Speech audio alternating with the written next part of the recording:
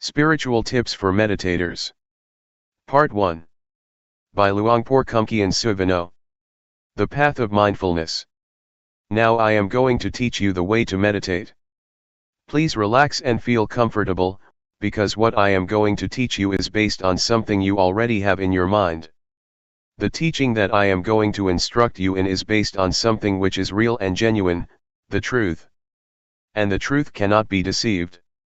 It cannot be deceived by neither the master nor the students.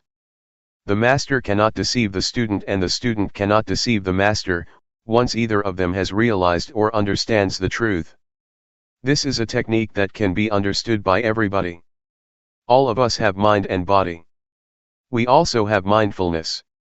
Mindfulness is a quality of mind that we can cultivate and develop, but it is already in our minds.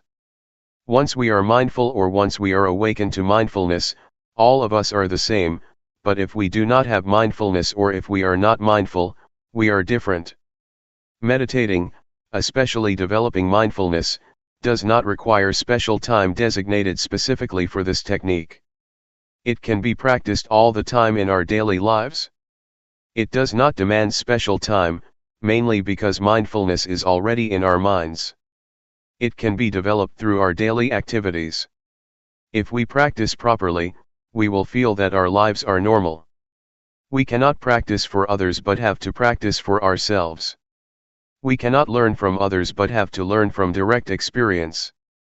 We have to learn by realizing the truth in our minds. The meditation cannot be achieved from memorizing texts or reading books. We have to experience the reality in ourselves. For example, when we think, we have to see, observe, and experience the reality of thoughts, how they arise and how they fade away.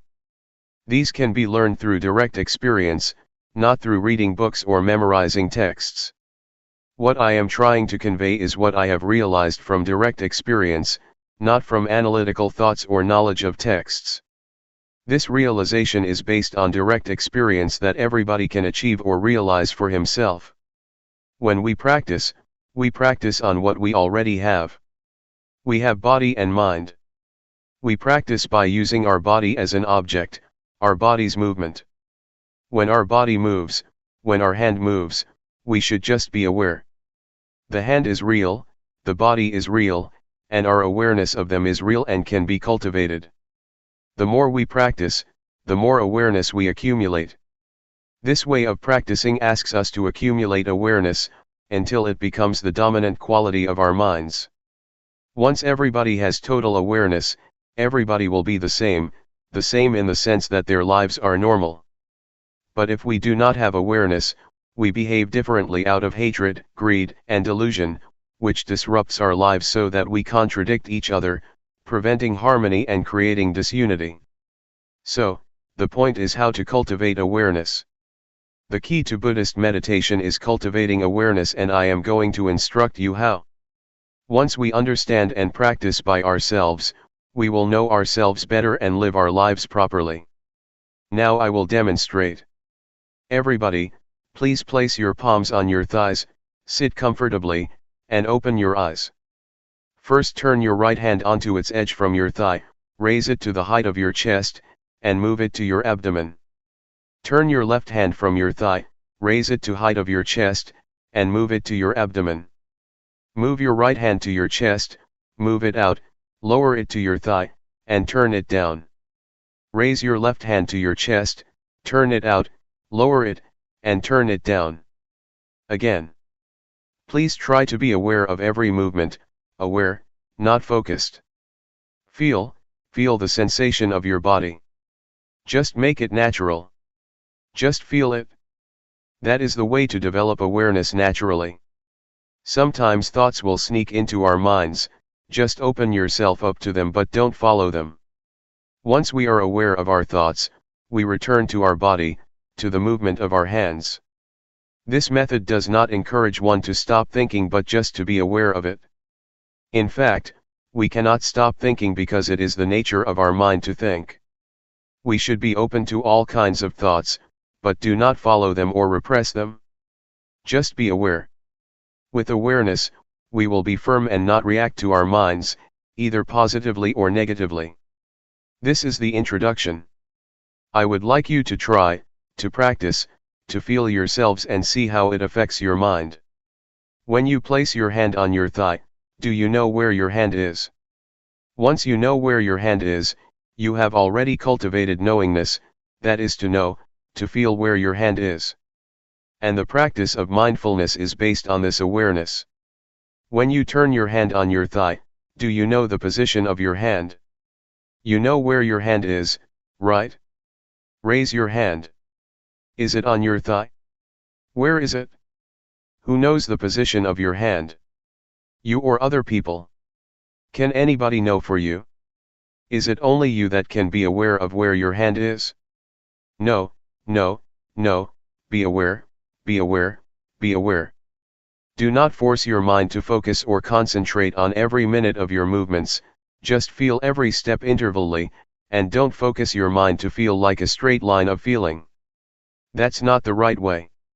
The only thing you have to do is be aware. Don't analyze or try to reason what you are going to do or why you are having such thoughts.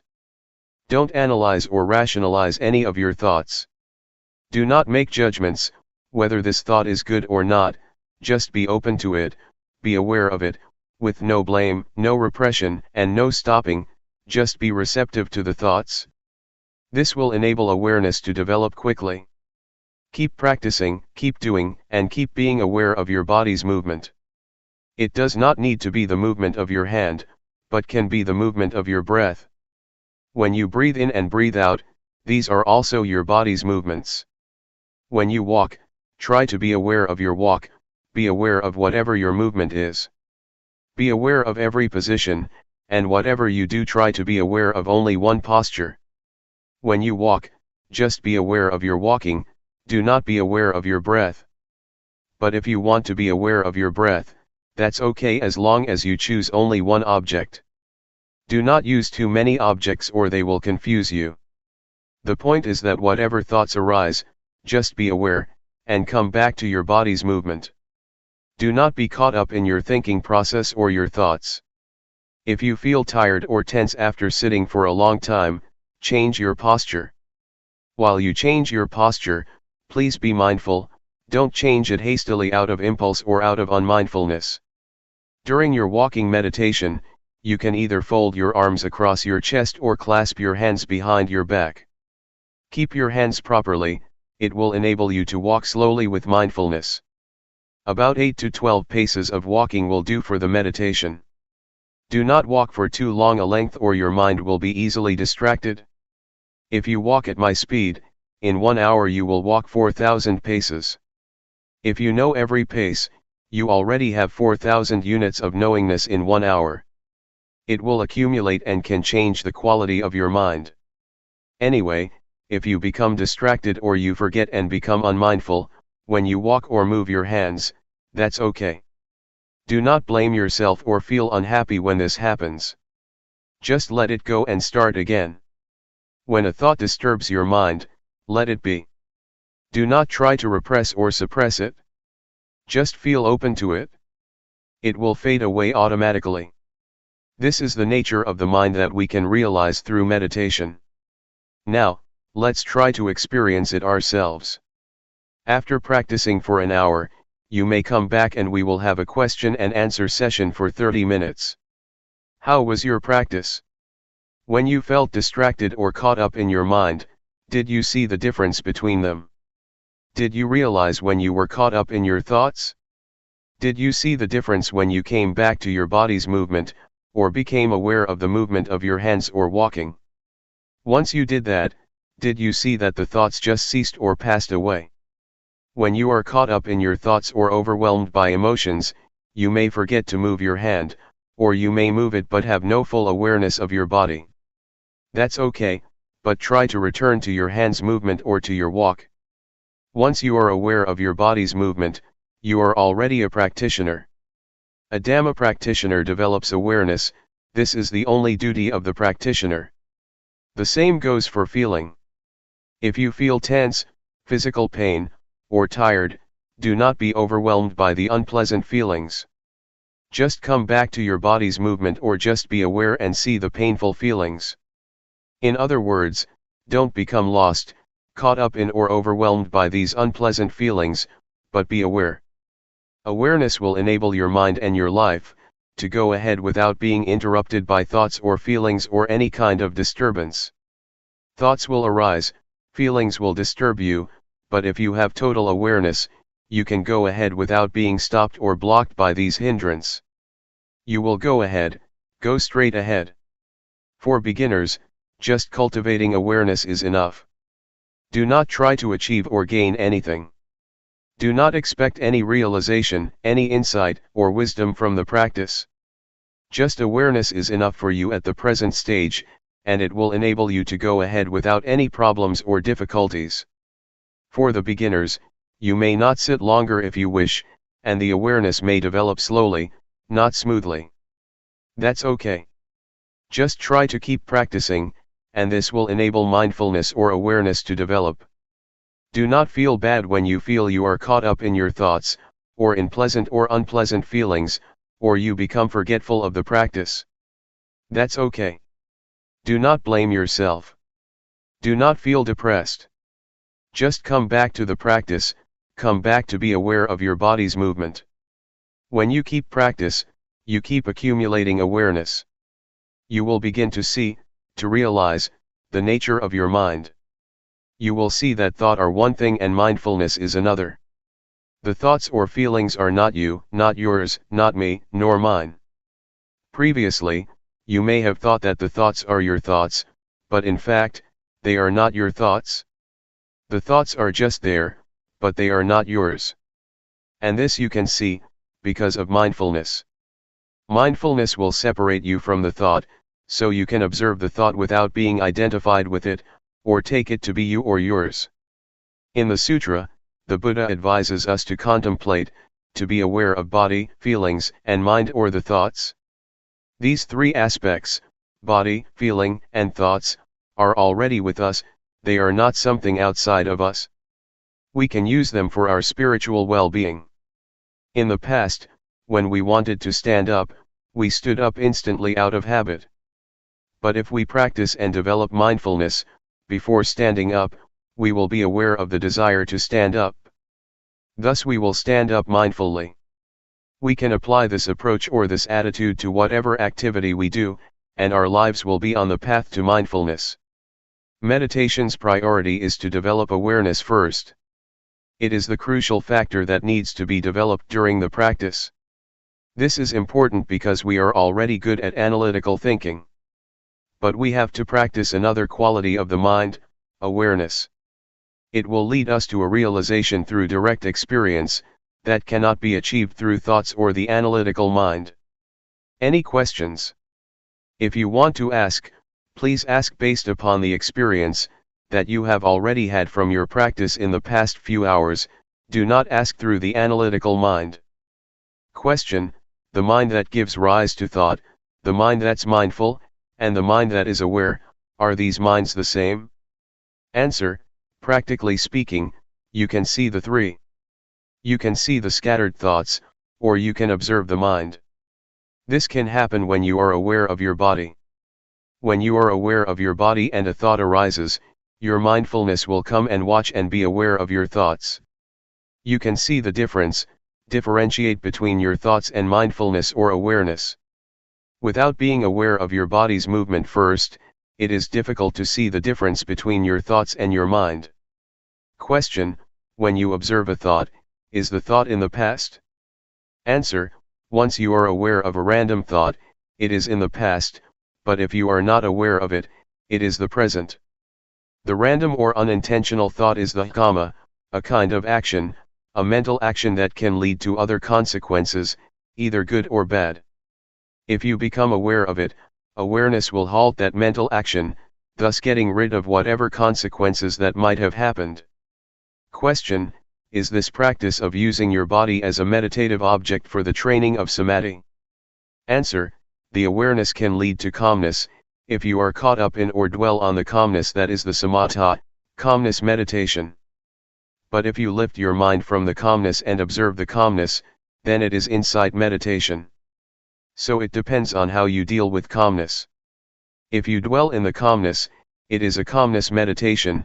If you observe the calmness, it will lead to insight meditation. Question: is this awareness the same as the Buddha's? Answer: the awareness mentioned above is the same as the quality of Buddhahood. It will lead to total insight. This kind of practice also includes the threefold training: morality, concentration, and wisdom. Question: do you mean that awareness includes threefold training? Answer: the threefold training is not awareness itself, but is based on awareness. You cannot keep precepts without awareness. Awareness will enable you to keep the precepts, sila. And awareness will enable you to develop concentration, samadhi, and to gain insight, panya. We need not waste time developing sila, samadhi, panya by different ways, but go directly to develop awareness, then sila, samadhi, panya will take place. According to the Buddhist canon, the Buddha said, self-awareness is the origin of wisdom, the parent, the source of righteousness. But unknowingness or unawareness is the source or the parent of all evils. Question: nowadays, young children seem to be practicing awareness all the time. Even we, when we are exposed to something new, seem to be more aware. It seems as if we come to this world practicing awareness, then we start thinking, then we have the same thoughts over and over, and that turns off our awareness. Why is this happening? Answer: it is because we have eyes, nose, ears, mouth, and body, the 5 sensual bases, and mind, the 6th base, to understand the world. We use these 6 bases to have contact with the world, and this leads us to a lot of concocted mind. We think a lot because we have a lot of contact with the outside world. That's why our minds become busy and keep thinking all the time. We ignore another quality of the mind, awareness. That's why we have to come back again, because we have ignored it for such a long time. We have occupied ourselves with thinking, because of our contact with the outside world through the 5 sensual bases. Awareness will liberate us from all unpleasant events and unfetter our minds. It will liberate us from all hindrances and fetters. I can assure you that awareness will rescue our lives. Regardless of nationality or race, we can be united. Regardless of our differences, we have one thing in common: awareness. Awareness is in every person. So, I would like to encourage you to develop awareness, so that we will go beyond nationality and race. After the practice, do you feel that you can get in touch with awareness, the awareness in your mind? It is an quality inherent in you, that leads you to get in touch with it. Question: it's very hard to slow my mind down. Answer: we are not going to stop the thinking process, we are not going to fight it. If you fight it, you are going to be tired, because it is very difficult. Just to be aware of it, just observe it, and it will pass away on its own. Do not try to get rid of it. If you try to get rid of it, you will feel exhausted. Sometimes, you may find your mind was more scattered during the practice than during your normal daily life. The more you practice, the more your mind is scattered. Sometimes this happens to practitioners, but that's normal. Just be aware of it and ignore it, and try to be aware of your body's movement. The more you keep coming back, the more awareness will accumulate. Just keep coming back. Do not try to fight your thoughts. June 1, 1997. Cultivating awareness. The Buddha said that there are 5 hindrances to meditation. The first is drowsiness, the second is agitation or restlessness, the third is doubt, the fourth is sensual desire, and the last is ill will, hatred, or irritation. Doubt means that one feels uncertain, whether the practice is right or wrong, so he just stays on the edge, and cannot commit himself to any kind of practice. You may encounter any of the 5 hindrances. That's alright, it's even beneficial. Try to observe the hindrance rather than following it, or being overwhelmed by it. To observe is to keep your mind from identifying with these 5 hindrances.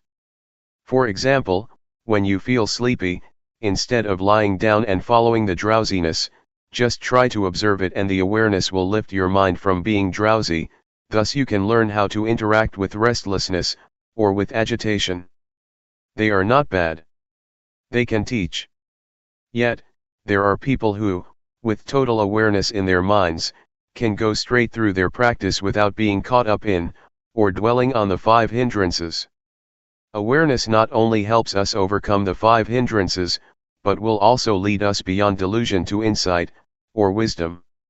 When one is unmindful, unaware, or becomes caught up in one's thoughts, one cannot see things clearly and is overwhelmed by delusion. Yet once one becomes aware or free from the 5 hindrances, one can go further to experience insight.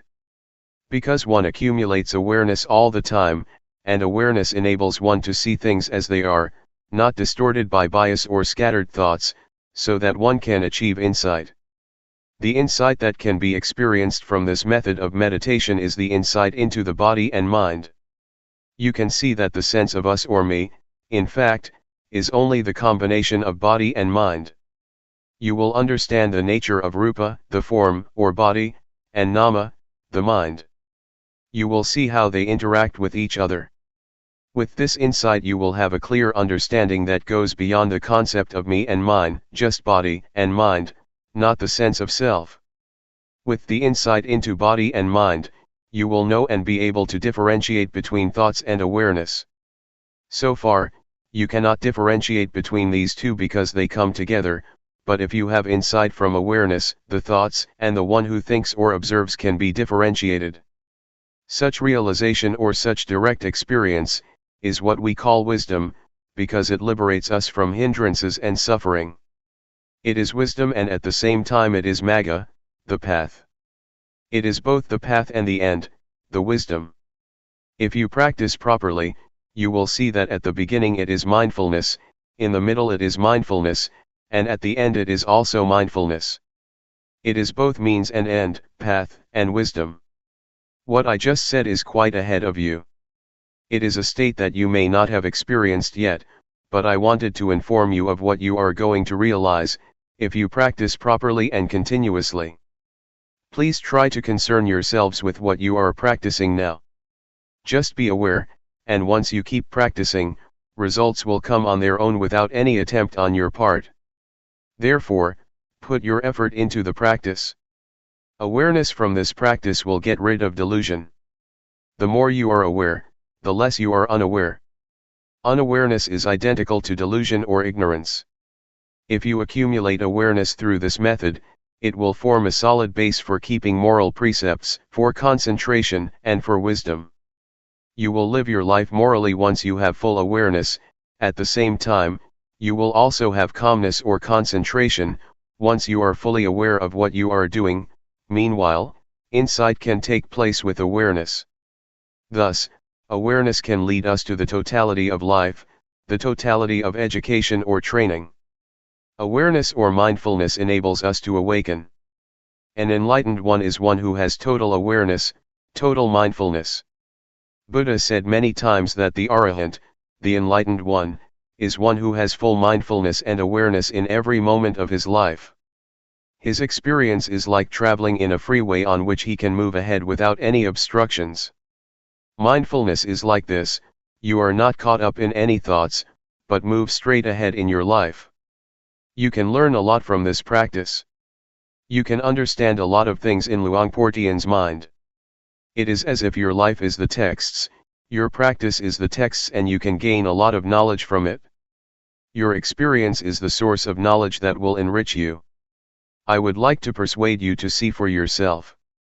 Try to see it, experience it, and it is within your capability to understand it. I would like to encourage you to learn more and more from the practice. This is not some kind of propaganda or an advertisement, but just an encouragement. Practice like this is sort of forming a new habit of awareness.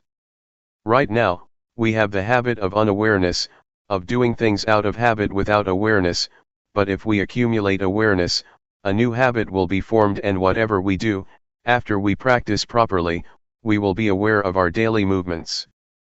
But if we do not practice, we will easily fall back to delusion, to our forgetful habits. So, Please try to accumulate awareness and try to be mindful. Another point that I would like to emphasize is that, awareness is not a quality confined to myself or monopolized by anyone. It's a quality inherent in all of you. You are all capable of increasing and developing your mindfulness, not only in this room but also in your daily lives. That's all I would like to share with you. The only thing you should do is to realize it yourselves. What I talked about is not for you to memorize but for you to experience yourselves through practice. Both of us will stay here for more than a month. Should you have any problems, please come and talk with us. Question: awareness is not limited to our hands movements only, right? Can it be expanded to things like scratching itches? Answer: that's right. Whatever you do, whether coarse or subtle, breathing or swallowing saliva, or even when you just raise your hand to get something, be mindful. Just be aware of whatever you are doing. That's the proper way to practice. Question: if one moves without awareness, is that ignorance? Answer: yes, that is a kind of ignorance. There are many kinds of ignorance. The most fundamental ignorance is of the things that cause suffering to you, whatever kind of thoughts or understanding that troubles you, or creates suffering for you. Question: the Buddha's awareness is the same awareness that we are talking about, except his awareness is continuous, right? Answer: yes, it is the same, but the awareness of the Buddha is not only continuous, but is also awareness in its totality, awareness that replaces ignorance to the extent that there is no residual of ignorance left. But for us, we still have ignorance, our awareness still broken. Question: what is the difference between the awareness of Sotapanna, Sakadagami, Anagami, and Arahant? Answer: the awareness of these four enlightened beings are different in terms of degree, and also in terms of quality. The first stage of enlightened being, Sotapanna, has awareness that can get rid of the strong sense of self and uncertainty. The second stage of enlightened one, Sakadagami, can eradicate sensual desire and repulsion almost completely. For the Anagami, sensual desire and repulsion are eliminated completely. It is the different degrees of awareness that leads to different qualities. It is as though we are climbing up a ladder. In the first stage of enlightenment, the awareness is less powerful than that of the Arahant, or the last stage of enlightenment. For example, when we get angry at something, we will think about it over and over again. But for the enlightened one, especially the third one, Anagami, once anger occurs, it just happens and he can let go of it. It just occurs one time and then he goes beyond the anger. Anger is eradicated by total awareness, or wisdom. It's like a heated iron, once we touch it, we should feel the heat and never touch it again. For the enlightened one, anger is like a hot iron, once he touches it, he is aware of the heat from his anger, and will never return to and identify with it again. But ordinary people, not aware that anger is like a heated iron, just touch it over and over again without realizing that it is very harmful. The awareness that I mentioned, is the awareness that can enable us to see no self in the body, no self in feelings, no self in emotions, no self in thoughts. It is the awareness that can liberate us from suffering. Please do not just accept what I told you, see it for yourselves and practice until you can know it for yourselves. Then nobody can deceive you, nobody can mislead you, because you have already experienced it. What we should do is pay respect to the Dhamma, the highest refuge. You should not pay highest respect to me or to anybody else, but to the Dhamma that is already in everybody. Please pay respect to the Dhamma in ourselves. Be aware at every moment.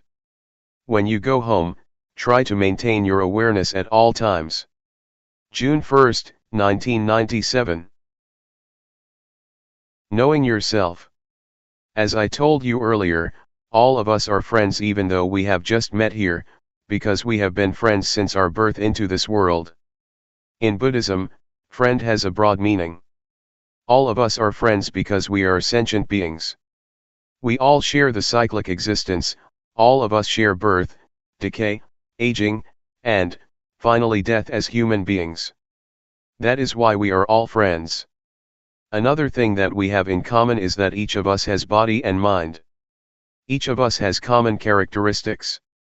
We all have 6 senses fields, we all have feelings, we all have emotions, and all of our mental activities and our physical bodies are subject to the same characteristics: impermanence, suffering, and no real self, no permanent self. These are the 3 common characteristics that all of us share. But there is something that makes us different from each other. That is our mental formations. We have different ideas, we have different opinions, we respond to our surroundings in different ways. It is our mental formations that makes us different from each other. However, these mental formations can be transformed, making us one, the same as a person. Previously, I said to many of us here that, despite our different characteristics, although there are various kinds of people, we can be the same if we have mindfulness. If mindfulness prevails in our lives, we will be the same, but it will be different if unawareness or unmindfulness prevail, because they make us behave differently and perversely. Anyway, I would like everyone here to feel comfortable when you are listening to Dhamma. You should feel comfortable because I am going to speak about what you already have: mindfulness, calmness, clear comprehension, and self-awareness. All of these qualities are already present in your mind. I would like to take this opportunity to share my experience of how to be one with the Dhamma, to apply and integrate Dhamma, or the truth, into our lives. 3 years ago, when I first came here, a Western student asked me, "What brings you here? What do you know? What knowledge do you bring with yourself?" I replied that the only knowledge that I have is knowledge of myself. I just know myself. So, he asked, "What do you mean by knowing yourself?" Instead of giving him the answer, I demonstrated by turning my hand on my thigh and resting it there. Then I asked, "Have you ever been aware of yourself while you rest your hand continuously for 7 days? Have you ever had that experience of knowing yourself, of being aware of yourself for 7 days?" He said, "No, I cannot do that, I do not have such experience." So I persuaded him to try cultivating awareness with the practice of raising the hand, dynamic or sathi meditation. Later, he had a glimpse of awareness, of knowing himself. Can you follow me? Am I difficult to understand? After practicing like this for 1 or 2 hours, the Western student came to see me and shook my hand, saying, "Oh, you are the one that I have been longing to find for many years." Knowing yourself is necessary, because if you do not know yourself you will be overcome by grief, selfishness, anxiety, ill will, and irritation. But once you are aware of yourself, you will be free from these sufferings. What we should learn and cultivate is the experience or state of mind that can liberate us from suffering, so that we can live without suffering. This is what I try to learn. I do not know how to make money or how to increase my pride, I do not search for honor or seek admiration. What I try to learn is the way out of suffering. The experience I mentioned is what we call Dhamma, or the truth. It is the truth that frees us from pain or affliction. It is the Dhamma that leads us to enlightenment, to be totally awakened. The truth, or Dhamma, is what makes one a Buddha. It is an experience can be shared not only by monks, but by everyone. This insight into nature brings us all into the oneness, to be the same. What I tell you is not speculation, but from experience developed by following the path of the Buddha. It is what the Buddha has already said. It is the outcome of the practice that the Buddha developed, the 4 foundations of mindfulness. That is, to be mindful of body, of feelings, of mental formations, thoughts or emotions, and of all existence in nature. Question: can people who have jobs that require a lot of concentration, such as scientists, maintain awareness while concentrating on what they are doing? Answer: it is possible to have both concentration at work and awareness of what we are doing. In fact, concentration and awareness should go together. You cannot concentrate if you are not aware of your thoughts or of distractions. Once we are mindful, once we are aware of the distractions, we can concentrate because we are able to remove the distractions. Not only does mindfulness help us to concentrate on what we are doing, it also helps us to use our intelligence more effectively. Mindfulness is like the master who tells how to use our intelligence properly. If you do not have mindfulness, or if your mindfulness is very weak, it is not easy to use the intelligence and information that you already have in a beneficial way. Mindfulness is like the software that tells us how to retrieve the information for this purpose. In Thailand, we compare mindfulness to the captain who controls and guides the ship and intelligence to the engine. So the captain controls the engine in the same way that mindfulness controls intelligence, to make the most use of it. So the answer to your question is twofold: mindfulness and awareness are both important. They enable us to concentrate and to use our heads, or our intelligence, properly in a beneficial way. Question: when I have a lot of problems, I seem to lose awareness of my body. Is that okay? Answer: it is normal that at that moment you cannot be aware of your body, but you still have to be aware of the thoughts in your mind. It is okay, because awareness means being aware of both your mind and your body. For those who have to think, it is at that moment that they should be aware of their thoughts, but it is not necessary to be aware of their bodies. Question: when I am reading, I am not aware of anything else. Is that also a form of meditation? Answer: yes, it is a form of meditation, if you hear the noises around you but do not pay attention. If you concentrate on reading, but are aware once you feel something strange outside, and you can turn your attention from your reading to the outside, it is a form of meditation. But, if you concentrate and try to cut yourself off from your surroundings, then, it is not mindfulness meditation. Question: are mindfulness and awareness the same thing? Answer: technically speaking, they are not the same but work together very closely. Mindfulness means sati in Pali. Awareness means sampajanya. But sati and sampajanya are very close, they are twins. In Thailand we call both sati and sampajanya mindfulness. Practically, they are synonyms, but technically, they are different. Question: can you explain the difference? Answer: sati, or mindfulness, means recollection, or calling to mind. Awareness means you know clearly what is going on in your body and mind. They have to be together. Once you collect your mind on some particular moment or movement, you already have the clarity of that movement and of yourself. They go together.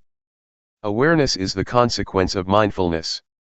Mindfulness and awareness are the crown, or the peak, of all Dhamma, or all teachings. If we are mindful, if we are aware of ourselves, it is not possible for us to break morality, or sila. Once we are mindful, we are free from distraction, and concentration arises. This is samadhi. With awareness, our minds become clear. With such clarity, insight will arise. This is Panyat. These three are the totality of Buddhist teaching. We call it the threefold training: training in higher morality, in higher concentration, and in higher wisdom. That is why mindfulness and awareness are called the crown of the Buddha's teachings. It is the teaching as a whole. With mindfulness and awareness, samatha and vipassana are possible. Samatha means calmness meditation, vipassana means insight meditation. These two types of meditation are possible with mindfulness and awareness. Question: the atmosphere was so dynamic, going from one thing to another, acquiring one thing and then another. It is desire, get, achieve.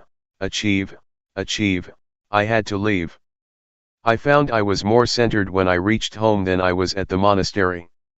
Yet, the monastery is based on experience and wisdom, and it is this atmosphere the Buddha wants. I cannot explain why this is valid. I came 2 years ago to Chiang Yen.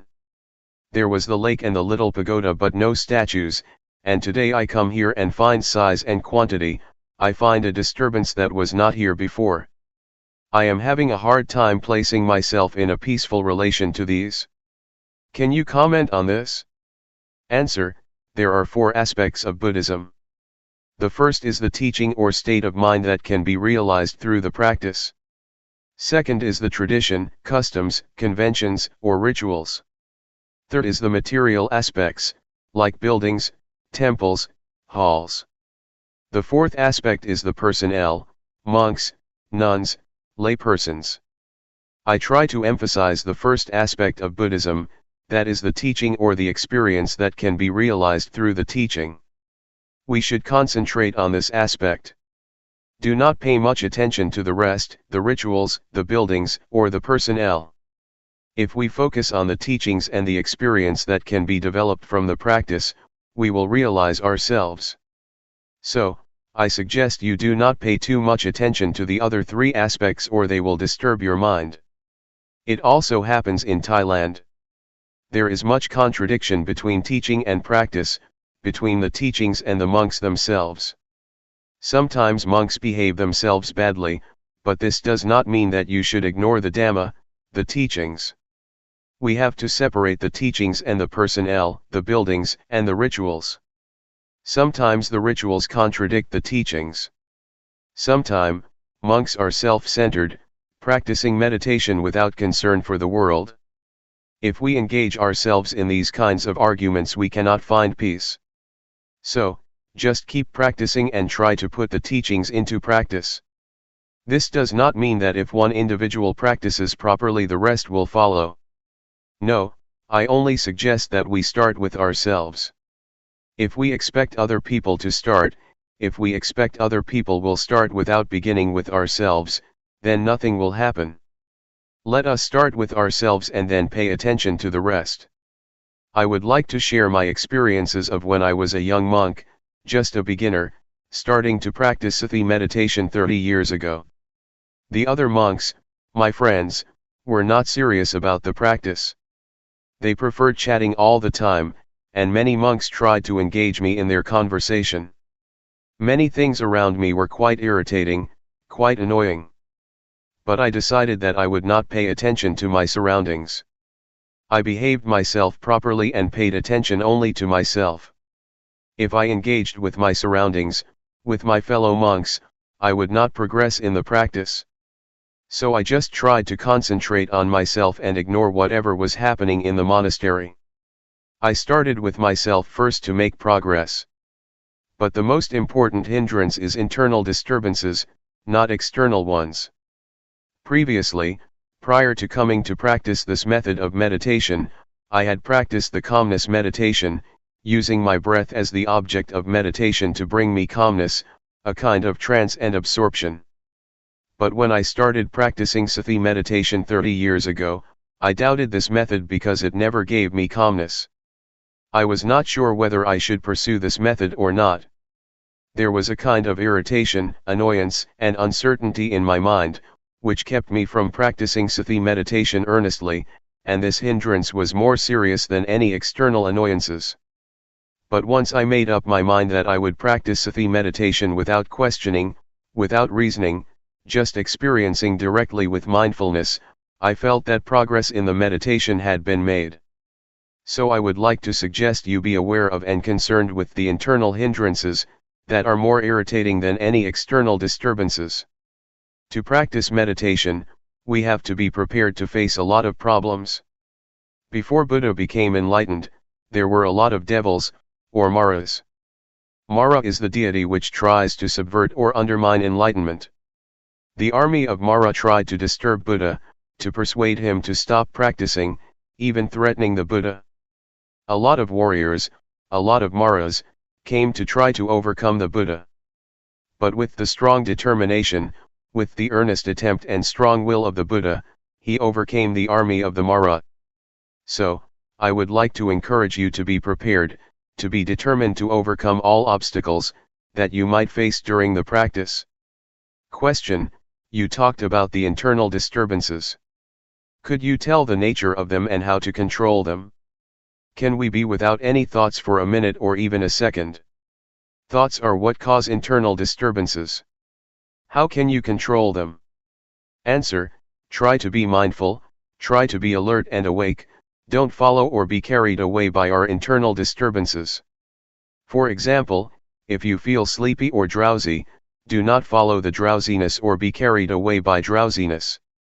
Stand up or rinse your face with water or try to be skillful. Create or invent a method that will enable you to be alert and awake. For instance, when you are sleepy, visualize the illumination of the sky, picturing a radiant sky. This will enable you to awake from drowsiness. Drowsiness is the first hindrance, or nivarana in Pali. Nivarana means hindrances that keep you from progressing in the path of enlightenment. Besides drowsiness, there are also irritation, restlessness, sensual desire, and ill will. These are the 5 hindrances that disturb you, and you should be prepared to deal with them. But first of all, you should realize that you are able to put an end to the hindrances. They will not haunt you permanently. With this hope, you can encourage yourself to not to fall under their control. These unwholesome qualities can be transformed. Irritation, drowsiness, restlessness, and annoyance can be transformed by mindfulness. Drowsiness can be transformed into awakening, laziness can be transformed into diligence, irritation can be transformed into peace. It is in our capacity to do that. But if you are skillful and learn how to encounter these unwholesome qualities with mindfulness, you will realize that all of these disturbing qualities can bring us wisdom. They can be our teachers. Drowsiness can teach us to be more intelligent. Irritation can teach us to be wiser. These can be accomplished by cultivating mindfulness. Do you want to try? Tomorrow we will start a 7-day retreat. I will take care of you if you would like to try, and I will not mislead you. I assure you that I will lead you down the right path. Question: why do you call it Sati meditation? It is supposed to be very calm and quiet. Answer: there are 2 kinds of meditation. Calmness meditation is one, but there is another kind of meditation that asks us to pay attention to awareness. What I teach is to encourage one to pay attention to awareness of the body's movements, taking bodily movement as the object of meditation to train one to be mindful. To pay attention or be aware of whatever movement you are making, whether you are standing or walking, pay attention. You are mindful of that present movement, it is the object of meditation. It is called Sati meditation, because it uses the body's movement as the object of meditation. It is called Sati because we do not sit in stillness, but create bodily postures as the object of meditation. Driving can be a form of meditation. Reading is also a form of meditation if you read properly. Sewing is too, as when I try to sew my robe for 9 days. Meditation is to pay attention to one thing with full awareness. Meditation is not necessarily closing your eyes and crossing your legs. Question: you said mental awareness of bodily motions was important. What if you are aware of something around you? Answer: in this practice, we are aware of our body's movement. This is the main posture, the main activity. But we are also ready to be aware of other things, either in our minds or outside in our surroundings. For example, when I am practicing, if a friend comes to ask for a needle to sew his clothes, I am ready to give him the needle while still keeping with the practice without talking to him. I just stand up and find the needle for him. After giving him the needle, I return to my practice. It means that I am ready to respond or to be aware of anything that occurs to me internally or externally. I do not cut myself off from my surroundings but am ready to hear the noises. If there is nothing special, I just pay attention to my bodily movement. Question: you are also a social worker. Do you teach Sati meditation to the people you serve, and how effective is it in helping them? Answer: I teach many who are receptive to my teachings, but there are still a lot who do not practice what I try to teach, because they are busy, occupied with their careers. Most of them are busy farmers with no opportunity to practice. I myself have to preserve the forest by my temple, keeping the illegal loggers away. Sometimes I try to teach them meditation too, but it is not easy. Drug addiction is also a problem in my village.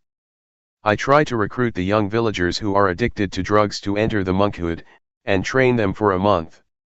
They are okay when they are monks, but when they disrobe they become addicted again. I do not know how to help them. Thai villages are transforming. A lot of modern illnesses and problems are arising on the village level. Not only poverty, which is the last problem. The new problems are drugs, divorce, the breakdown of the family and the rise of single-parent families. These kinds of problems are spreading even in the villages. Our village is quite remote but still has such problems. Now, only the old and the children are in the villages. The young people, both men and women, have gone to the city. The village is going to break down. Community life is breaking down. I hope that America will be the center of Buddhism in the future. Is that too optimistic? But it is possible, because the American people are intelligent and earnest in their practice of Buddhism. Question: can Luangpor elaborate more? Why will America be the center of Buddhism in the future? Answer: American people are intelligent. They also take meditation seriously compared to the villagers. For example, in my area, the villagers have to go out to the fields really early in the morning, cutting the sugar cane, so they have no time to visit the temple. They are busy all the time. But here, many of you live far away but can still spare the time to come here to practice meditation, while my villagers living next door to the temple have never showed up. June 8, 1997. Realizing the true nature. This is a good opportunity for all of us here, to practice in order to understand and realize the true nature of ourselves, and the true nature of reality. There are a lot of people that cannot spare the time to practice here, but all of us here are committed to the practice. So, from now on, I would like to give meditation instructions. In the time of the Buddha, we did not have a tag that says, silent meditation to refrain from conversing with others. But it is in accordance with the principle that the Buddha established, that it is good for one to not see, hear, or talk while he is practicing meditation. If we have to speak, we should speak mindfully; if we have to see, we should see mindfully; if we have to hear, we should hear mindfully. We come here to practice meditation, to cultivate mindfulness. Mindfulness is already a quality of our mind. Practicing meditation to cultivate mindfulness, we encounter a lot of obstacles, a lot of disturbances both in our minds and from the outside. So we should learn how to cope with them skillfully. For example, when you practice, you may feel pain, be tense, or tired after sitting for a long time. You need to change your posture, changing your position from sitting to standing or walking. But before standing up, you should remind yourself to stand up mindfully. Do not stand up out of habit or stand up unconsciously, but do it mindfully, with full awareness. This is the technique that I would like to share with you. Try to allow mindfulness to guide our behavior. When we are tired of walking and would like to sit, we should be aware of the desire to sit. The desire to sit and the awareness of it are different. With awareness, we can see our desire, our need to sit. Once we can see clearly, we are aware of our desire to sit, then we start to sit. This is how we use mindfulness to lead or guide our behavior. Do not be overwhelmed by feelings of pain, tension, or physical strain. Try to resist our habitual tendencies, because our habitual tendencies will lead us to delusion, to forgetfulness, and to ignorance. It is tempting to abandon our practice, so we have to resist, to go against the stream of habit. For example, before the Buddha's enlightenment, he sat near a stream and was determined to practice to the end until he reached enlightenment. Since he was not sure whether he would achieve enlightenment or not, he put a plate on the stream to see whether it could go against the stream or not. If it could go against the stream, that would mean he would achieve enlightenment, and he found that the plate could go against the stream. This is analogous to his determination to resist the habitual tendencies, which led him to enlightenment. So, I would like you to try to follow his path, to always be aware. Be constantly aware of your body's movements. When you raise or move your hand, keep being aware of your body's movement. Do not let yourself stuck on anything else, be it high or low, pleasant or painful. Just be aware of your body's movements. For beginners, I would like to suggest you meditate in two postures, sitting and walking, sitting and moving your hands in a rhythmic pattern.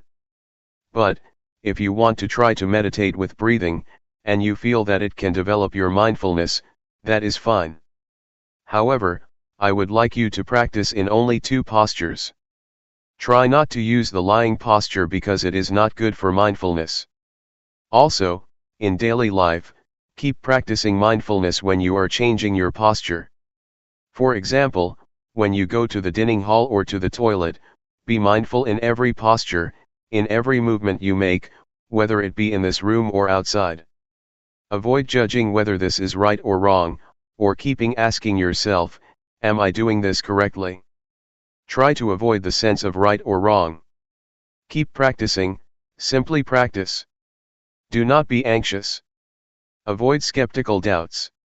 Just keep practicing and try to be aware of what you are doing. That is all. It is not too complicated. For beginners, avoid worrying about the method, because it will obstruct your practice. Just go ahead and practice and you will learn from your experiences. Otherwise, you will keep questioning yourselves and halt your practice. If you have questions, feel unsure, or feel doubt about the practice, come to see me. Do not ask other people. Do not worry about right or wrong, do not keep asking yourself whether you are practicing right or wrong. Your direct experience will tell you. The truth will reveal itself.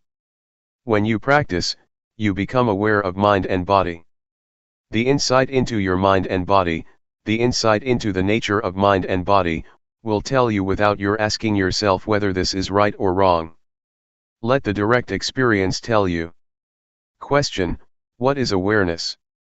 Answer: awareness is to be aware of the sensations of the body, to be aware of what you are doing at the present moment, whether it be eating, or some particular meditation object that you choose, such as breathing. If you choose breathing as the object of meditation, you become aware of that. That is the awareness that I mentioned. Just be aware of the whole process, not the details. Place your hand on your thigh. Are you aware of it? Right hand up. Are you aware? Just be aware that your hand is on your thigh, that is okay.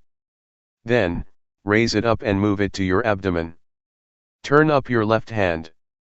Be aware. Raise it up and move it to your abdomen. Move your right hand to your chest.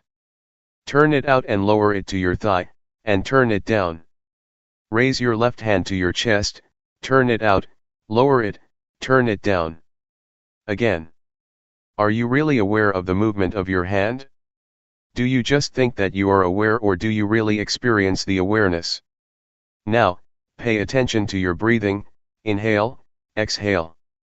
Can you feel the sensation at the tip of your nose or at your abdomen? Question: can one observe the tip of his nose and abdomen at the same time? Answer: you have to choose. How is your awareness? It does not matter what object you are going to be aware of. You can move or shake your fingers and use them as the object of your awareness. It is the same awareness. You can apply it to other positions or other postures. Try whatever gives you clear awareness.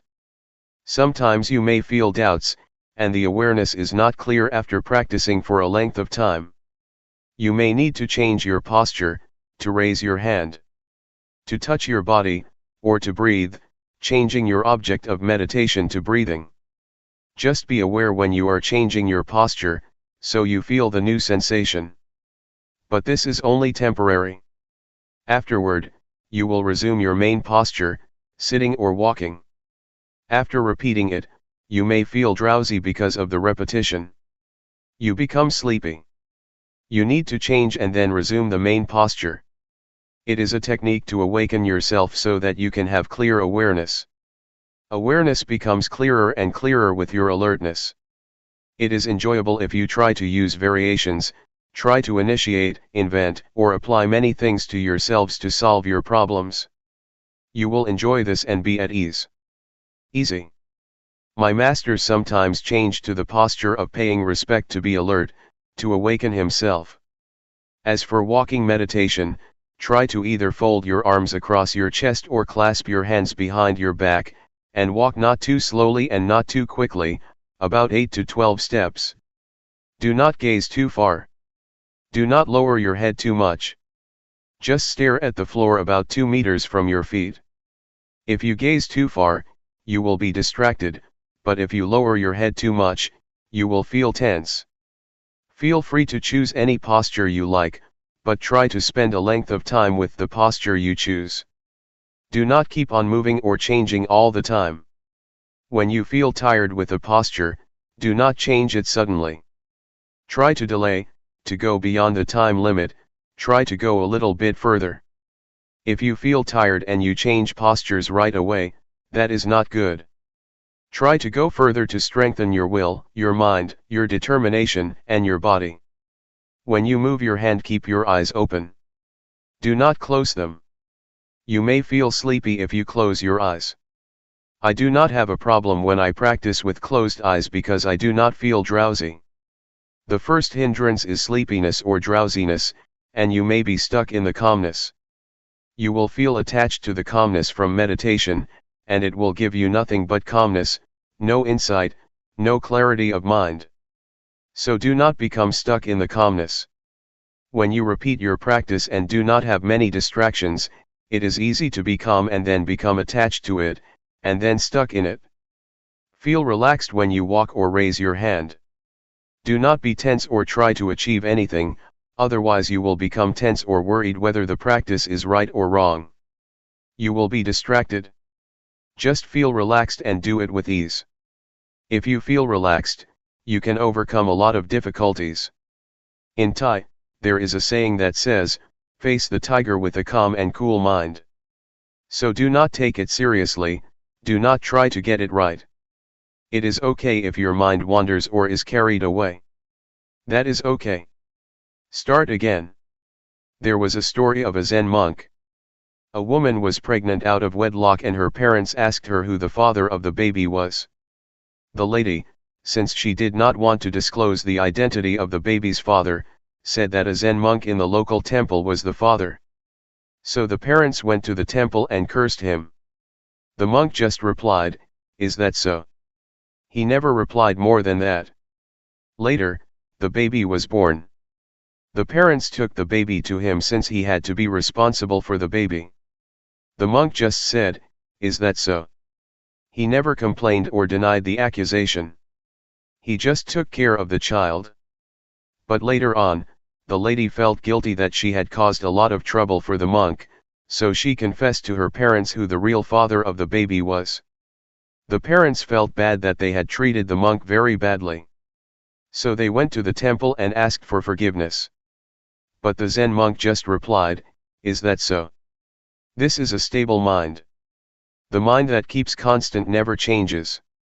Whatever situation it is, be it good or bad, the mind is still the same, the behavior is still the same. That is all for tonight. June 8, 1997. The balance of the mind. You have to bear in mind that words or language have their limitations, they cannot express or convey all conditions of mind, but you can see for yourself what happens to your mind during the practice.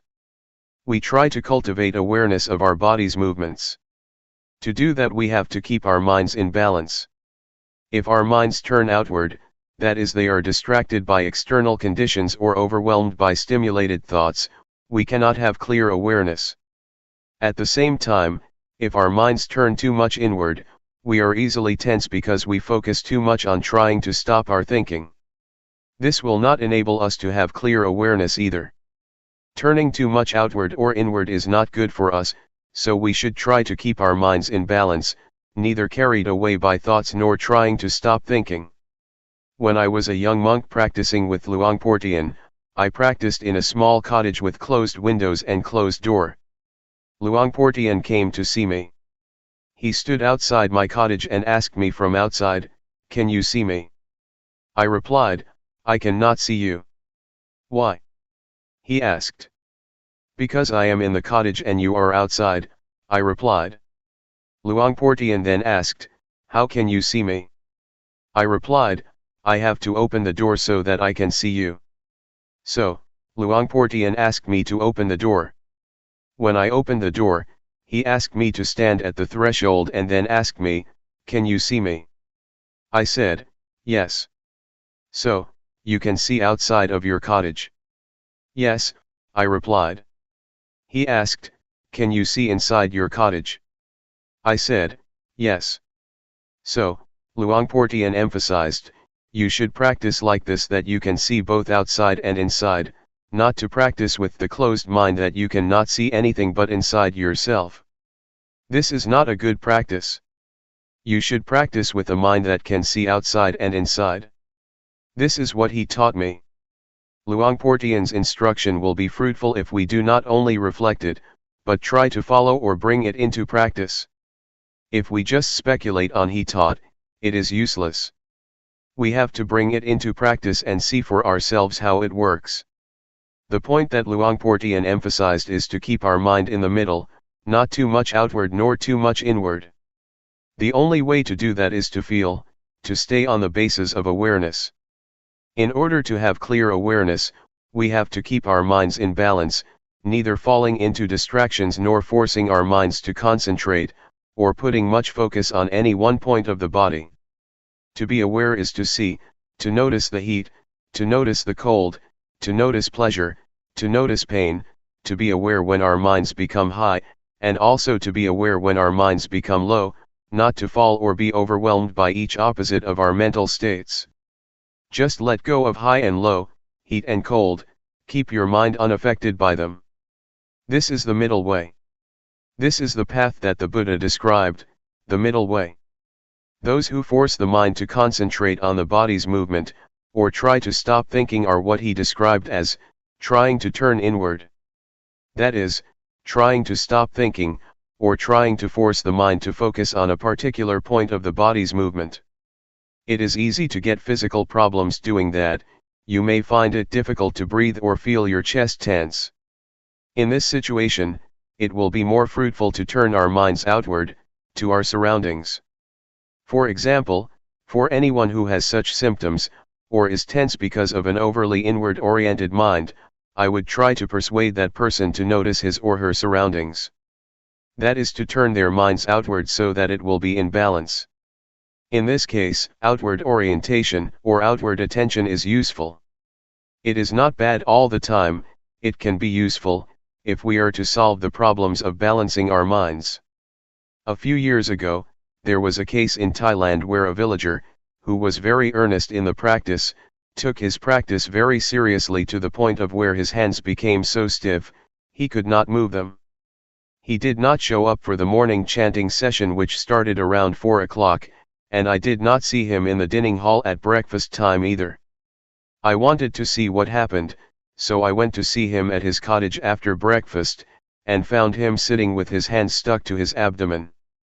Once he saw me, he asked for my help. He said that his hands had been stuck like that since 3 o'clock in the morning, and that it had already been 6 hours since he could not move. He said he asked for help, gave blessings to the sentient beings, but it did not help. I know that his mind was turned too far inward. So, I tried to speak with him to push his mind outward, to involve him in outward conversation.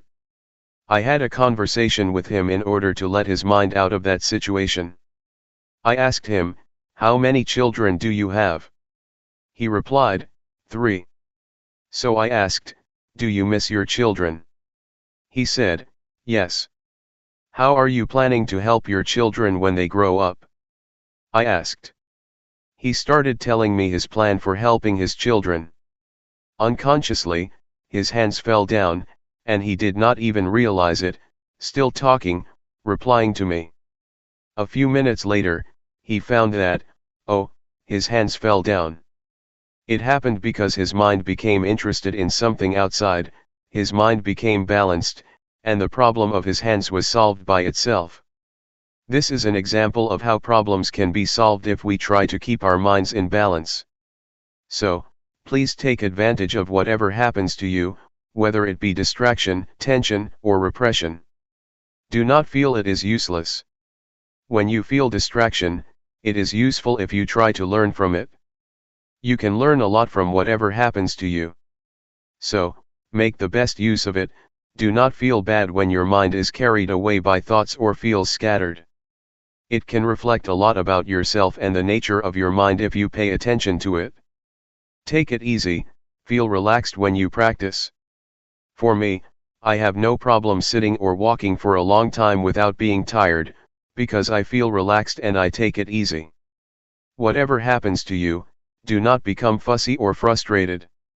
When you lose awareness, or when you become stuck in your thoughts or in your thinking process, do not be fussy about it. Just feel that it is all right and then come back to the awareness. With this kind of attitude you will feel comfortable, and will get through any kind of problem. You may face not only tension or frustration, but also drowsiness or anxiety. But if you take it easy with the effort, with the attempt to resist these tendencies, you will overcome all of them. Any questions? Question: you just mentioned that when you reflect you can understand more about yourself, but during the practice, aren't we supposed to not think and just be aware? Answer: yes, at this time you need not to investigate. Just be aware of it, just see it, that is enough. You will finally understand the thoughts, so you need not investigate. Just being aware of them is enough. I would like to add that once you have a better understanding of yourself and your mind, you should be careful not to fall into the trap of knowledge. Just knowing that you know is enough. If you become excited with your knowledge, it can distract you or obstruct you from being aware of your body. Question: does the knowledge obstruct because you are thinking too much? Answer: it is a trap. It obstructs the practice because when you know more and more you become fascinated by knowledge. When you know more and more, you tend to follow the flow of the knowledge and then you lose the practice of awareness. There is a possibility that insight will arise within your mind, wisdom, or insight into the nature of body and mind. You will have an understanding about wholesome, unwholesome, sin, and merit. You will understand the three common characteristics: impermanence, suffering, and no self. You will realize that you can be a monk in essence though you are a layperson. Some monks, after practicing and achieving such insight, exclaim that, "This is the first time that I feel as though I am a real monk. Just today I became a monk." Despite the fact that they had been ordained for many years, they felt that they were not monks until then. Question: someone else suggested that, and I have tried it a couple times. After you practice a long time, you feel very well and calm. That is a good time to think about what you want to do in the future, because your mind is very clear at that point. Answer: there is no problem if you know when to finish. There are some artists who use meditation to calm the mind in order to paint. But I would like to say that meditation is not only for work, or solving practical problems. You should aim beyond that, to remove suffering. We should use meditation for a higher purpose than solving the practical problems of daily life. Just keep this in mind so that we can make the most of it. Do not try to achieve anything.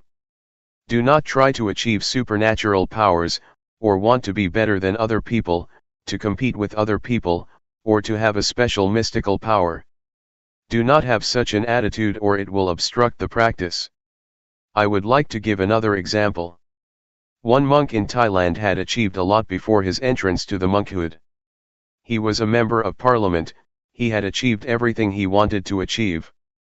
So his mind was achievement-oriented, and when he became a monk, he still had this attitude. When he practiced, he tried to achieve spiritual power, he tried to attain insight, the higher wisdom. He drove himself to practice a lot until his mind became out of balance. When he met me, he asked me, "Do you see that my robe is full of lotus? I am not an ordinary monk now."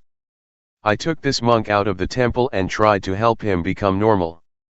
I took him to see the flowers, the trees, talked to him and made him forget the practice for a while, so that he became relaxed and felt better. But do not worry that you will be like him. I can assure you that I will take you to the right path. If you stay firm in your awareness and don't expect anything more than awareness, you will be alright. Question: was he practicing with Luangpor or with someone else? Answer: with another master. He was just visiting the temple. After a brief chat, I knew that the monk had a problem. Question: it is interesting that this monk would trust Luangpor. If they do not trust, the problem cannot be solved. Answer: it has nothing to do with trust. Because if we have the means to solve the problem, we just talk with him personally, and if we know how to help him get out of the trap that he is falling into, then we can help. In fact, this problem can be solved by itself, but it takes time, probably 10 days if nobody helped him. Question: I think maybe I am too inward in my practice, because when he told his interesting story I realized that all the tension in my back was leaving. After I went outward and listened to his story, I started to forget all about the pain. I still have a congested head, but I can see now that my back tension is releasing. Answer: it is okay. Whatever happens, do not be worried. You should learn how to solve the problem yourself. For example, when you become tense, try to look outward, see your surroundings and pay attention to them. This will help balance your mind. Question: I have noticed that when I go outside to walk around the pond, I feel more relaxed than I do in here. When I work in here, I feel more tense. When I work out there, it feels lighter to me. Answer: do not worry about whether your practice is right or wrong, do not try to achieve the right practice, just keep your mind relaxed and feel comfortable, going beyond anxiety or desire. Question: Luangpor mentioned earlier that hindrances can be helpful, so sleepiness or things like that can be helpful, we just need to resist them. I am just thinking, for example, that today I feel drowsy, and I have been staying with it. I am just thinking that maybe it is helpful sometimes to just go take a nap. When you wake up you feel refreshed, then you can practice better instead of trying to stay with it for a long time. Answer: if your body needs rest or feels physically tired, taking a nap is alright. Even the Buddha suggested you do that if your body needs it. But we should not take a nap on every occasion, just special occasions.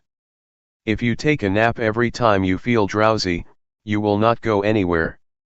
Question: in Sati meditation, we use our body's movement as the object of meditation. While doing the practice, there are other sensations of the body taking place, such as the stomach growling, legs going numb or coughing, etc. Where do we place awareness? Answer: when you cough, do it mindfully. When you feel tense or when you feel tired or have physical pain, sometimes it is not good to resist it.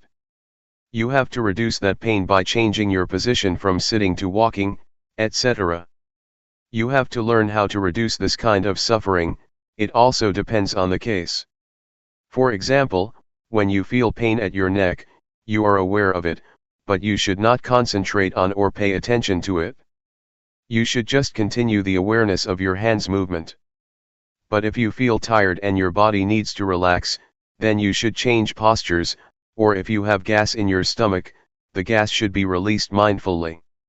Question: can you define mindfully please? Answer: you are aware of it. Mindfulness and awareness are interchangeable. Practically speaking, they are the same, concomitant, twins. So, to be mindful is to be aware of that particular thing. Question: but when you talk about awareness, you are talking about your senses, right? What you feel, what you taste, what you hear, what you see, that is all part of awareness, right? Answer: yes. Knowing what you see and what you hear is awareness. But for the practice, you just pay attention to the object of meditation, like the body's movement. Once, while I was practicing sitting meditation, a big snake moved towards me and it seemed to me that it did not realize that I was in front of it. So, I tried to stop it and make it aware that there was a person in front of it. I threw a matchbox in front of it, and it raised its head once it realized that there was something in front of it. Once I knew it was a cobra, I tried to protect myself without fear, without nervousness or anxiety. Since at that moment, I knew I should not move hastily, I did it mindfully, grasping my robe to protect myself, I prevented the cobra from biting me. June 9, 1997. The Threefold Training. We have to study ourselves to gain a better understanding of ourselves, otherwise, we will become the victim of suffering. Suffering will become our master, and control our minds. If we know ourselves, we become our own masters and can live our lives accordingly. Within ourselves, there is both heaven and hell, merit and evil. Our mind can be the source of happiness or the source of suffering. Pleasure and pain are inside ourselves, as are all states of mind. If we know ourselves better, we will learn how to make our lives happy and free from suffering. There is no better way to understand ourselves, to work and see ourselves internally, than practicing meditation. But normally people are not much interested in meditation. Buddhadasa, a great monk in Thailand who passed away recently, once said that people tend to respect monks, but they never listen to them or put their teachings into practice. Mindfulness meditation is the shortcut to the heart of the nature of our minds and bodies. It will lead us straight to the core of reality, that is the body and mind. There is no way for us to gain a better understanding about mind than mindfulness meditation. Mindfulness helps us attain wisdom or insight into body and mind. It helps us to be clear and remove any doubts we may have about ourselves. During the practice, you may ask yourself, what am I doing? Why did I come here? What is the purpose of meditation? Will it work for me? Or you may ask yourself, is there heaven or hell? These are all questions that I asked myself 30 years ago when I was still a layman. When I met Luangpor Teean, my master, he persuaded me to practice with him. He said that, all of these questions will be answered if you practice with me. What we are doing here is trying to follow the path of the Buddha. The Buddha once said that all of us are subject to suffering. We have suffering in front of us. It has penetrated into the deepest core of our existence. Suffering dominates our lives, so we should be aware of it and try to find the way out of it. We come here to practice meditation in order to get rid of suffering. This method of practice enables us to see the reality of body and mind, to see how suffering is created. It is created from our attachments to body and mind. We are attached to anger or the many kinds of emotions, despite the fact that there is no real self in those emotions. That state of mind has no substantial reality. But we still cling to it, which leads to suffering. Mindfulness enables us to see clearly that our attachments create suffering and misery. It helps us see the body as it is, a combination of various factors.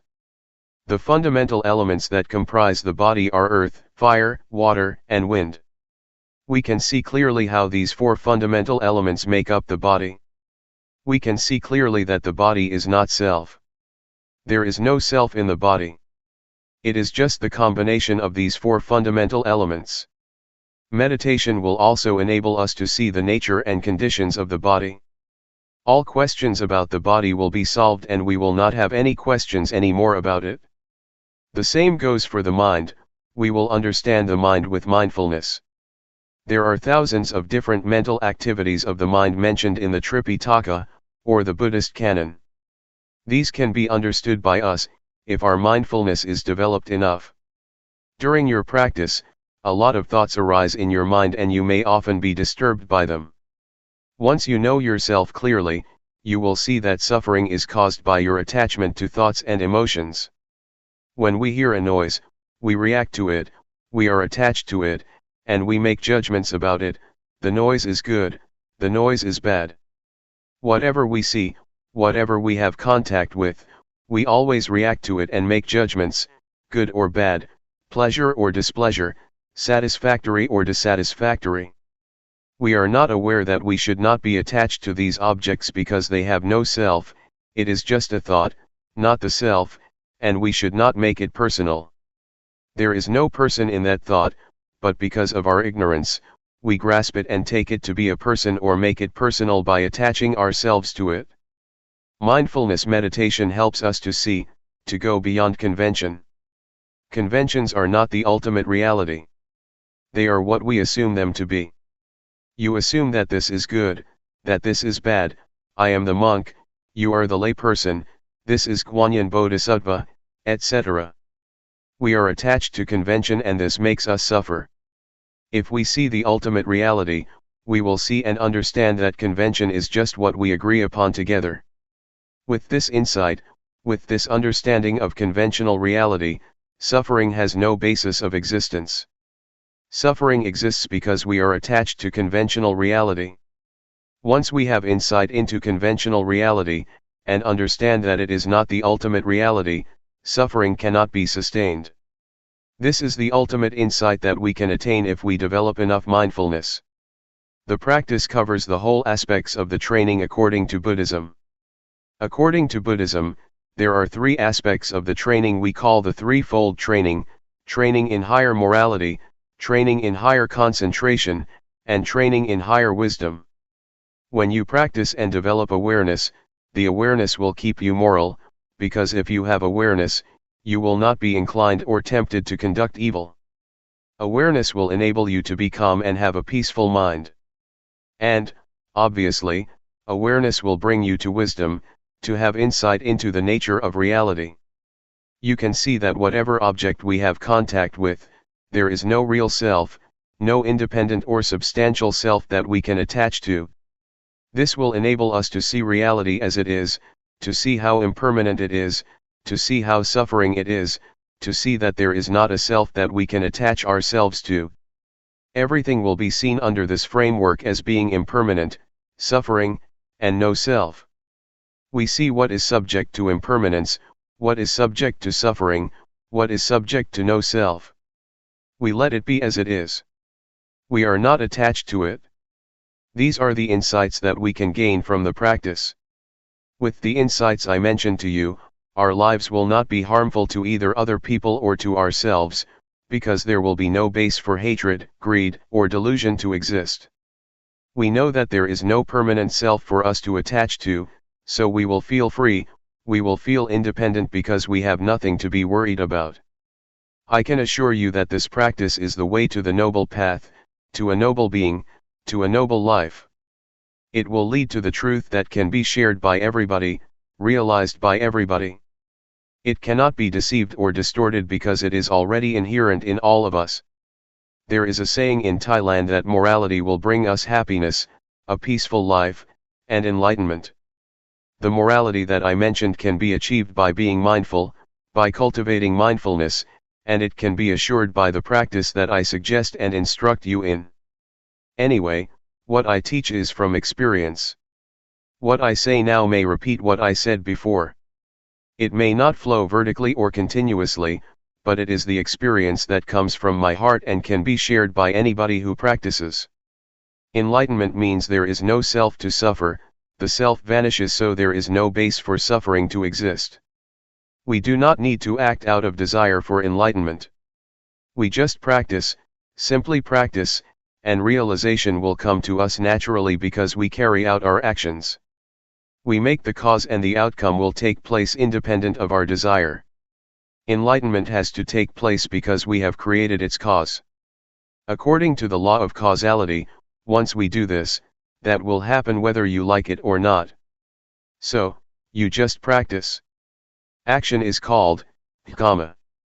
If you do it this way, it will lead to the result which is independent of our desires. It just happens. Enlightenment that is not experienced by us is just convention, just a concept, even if you call it by other names, no suffering or freedom. Anyway, the point is that we just try to reach the state of no self where there is no suffering. If there is self, suffering can happen. If there is no self, suffering cannot be sustained. It is not desire because enlightenment is already in ourselves, hell and heaven are already in ourselves, everything is in ourselves including enlightenment and the path. So it is not something out there to be desired or grasped. You need not think about it. You can realize it if you practice enough.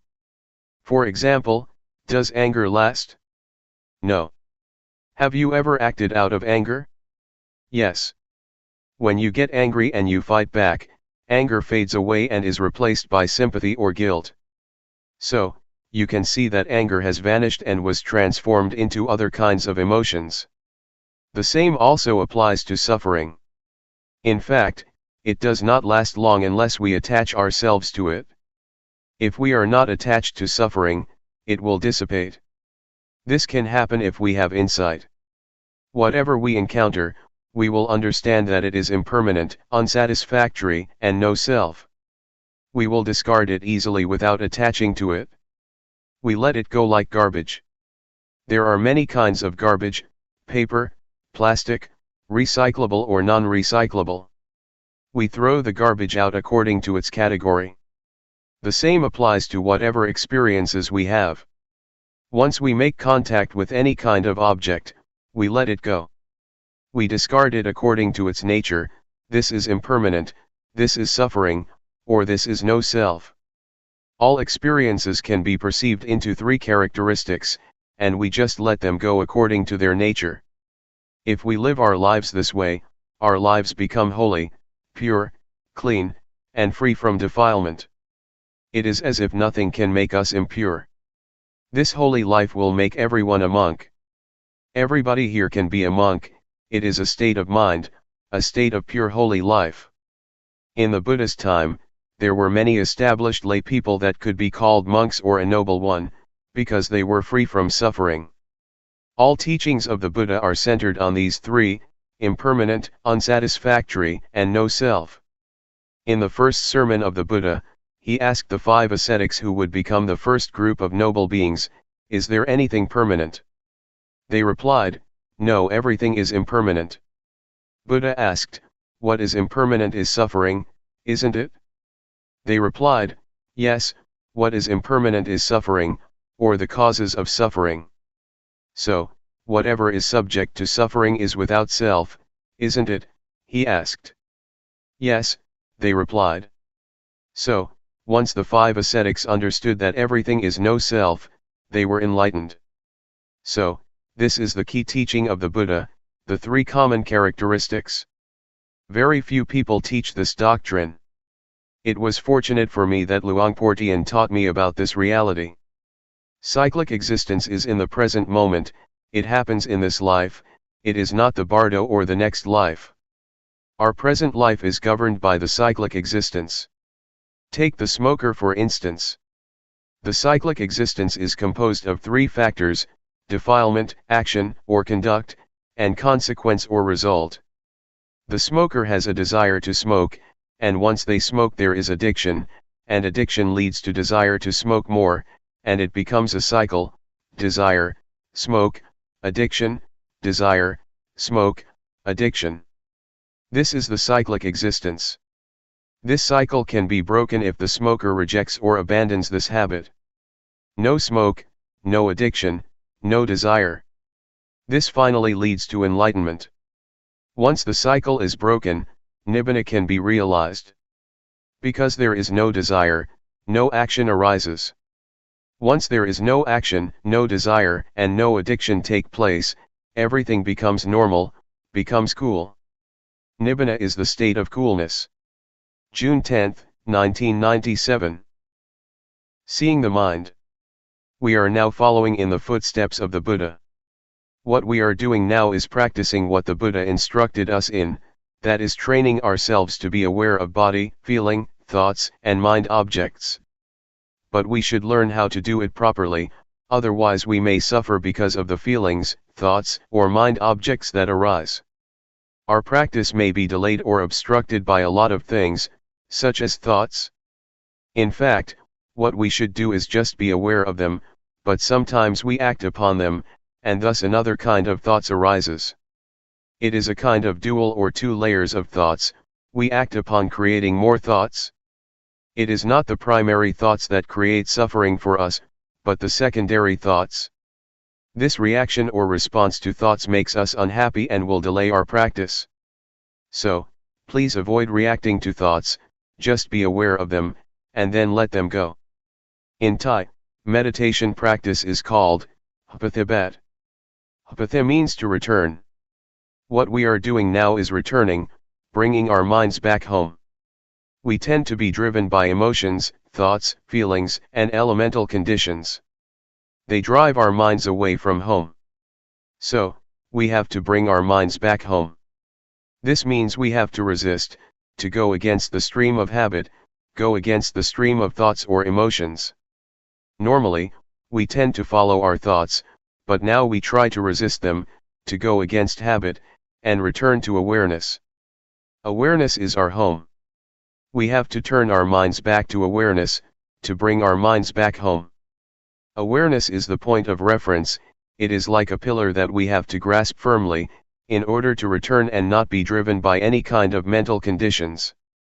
Mindfulness meditation covers two kinds of meditation, namely, calmness meditation and insight meditation. The point is to be aware of the body and to be aware of the mind, to be aware of feelings, thoughts, and mind objects. It does not mean that you have to stop your thoughts, just see them, simply know them. When you think or when thoughts arise, just be aware of them, whenever thoughts arise, just be aware of them, no matter how often they arise. It does not matter if you have a lot of thoughts, but the point is that once one arises you are aware of it. If you have 100 thoughts, you should be aware of all 100 of them. It is not how rarely or how frequently you think, but how often you can be aware. This is what we call self-awareness, to be aware of our own thoughts. This is what Luangpor Teean emphasized. Do not be worried if you have a lot of thoughts. What you should do is be aware of whatever or whenever thoughts arise, that is all. That is the practice. If we want to attain calmness or peace, we may try to stop our thoughts or stop the thinking process, this will lead us to the calmness meditation. It will bring us only calmness and peace to our mind. This practice is like putting a stone on top of grass. The grass cannot grow. But once you move the stone, the grass will grow again.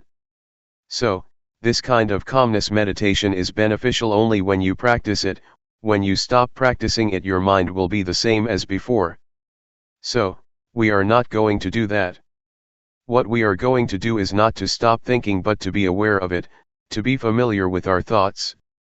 The more we are aware of our thoughts, the more we are familiar with them.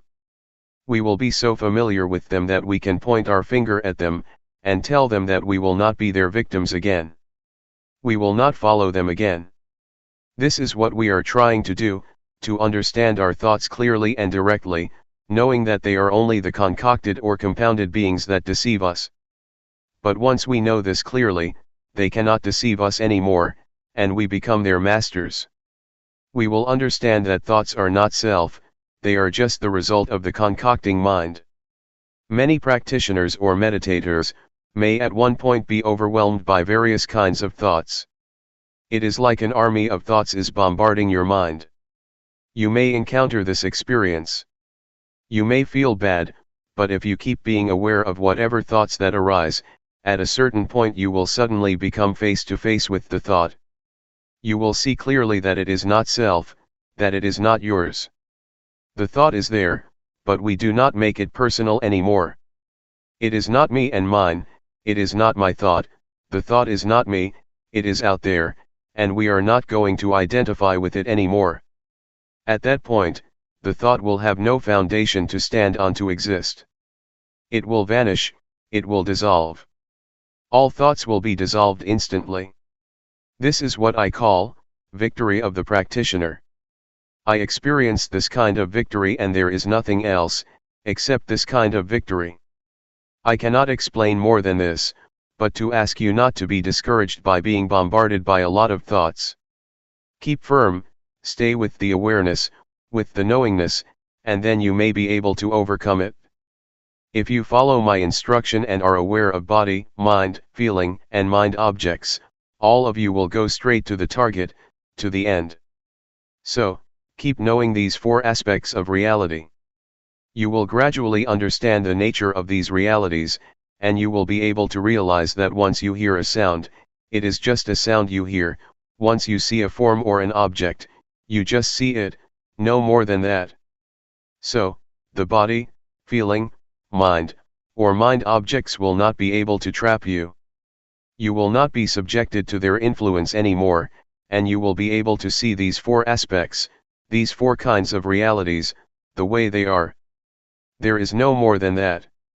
Take feeling, for example. If you are not aware of it, once one arises, it will not be just a feeling. It will be more than that. You will judge this feeling. Is it good? Is it bad? A lot of convention, a lot of values will come into play because you are not aware of the feelings. This is good, this is bad, this is desirable, this is undesirable. So, many kinds of values and judgments come into play and there will be no end. The same is true of mind or thoughts. If you are not aware of them, you become judgmental and will go on, endlessly. So, just be aware of them and they will be finished, it will be ended.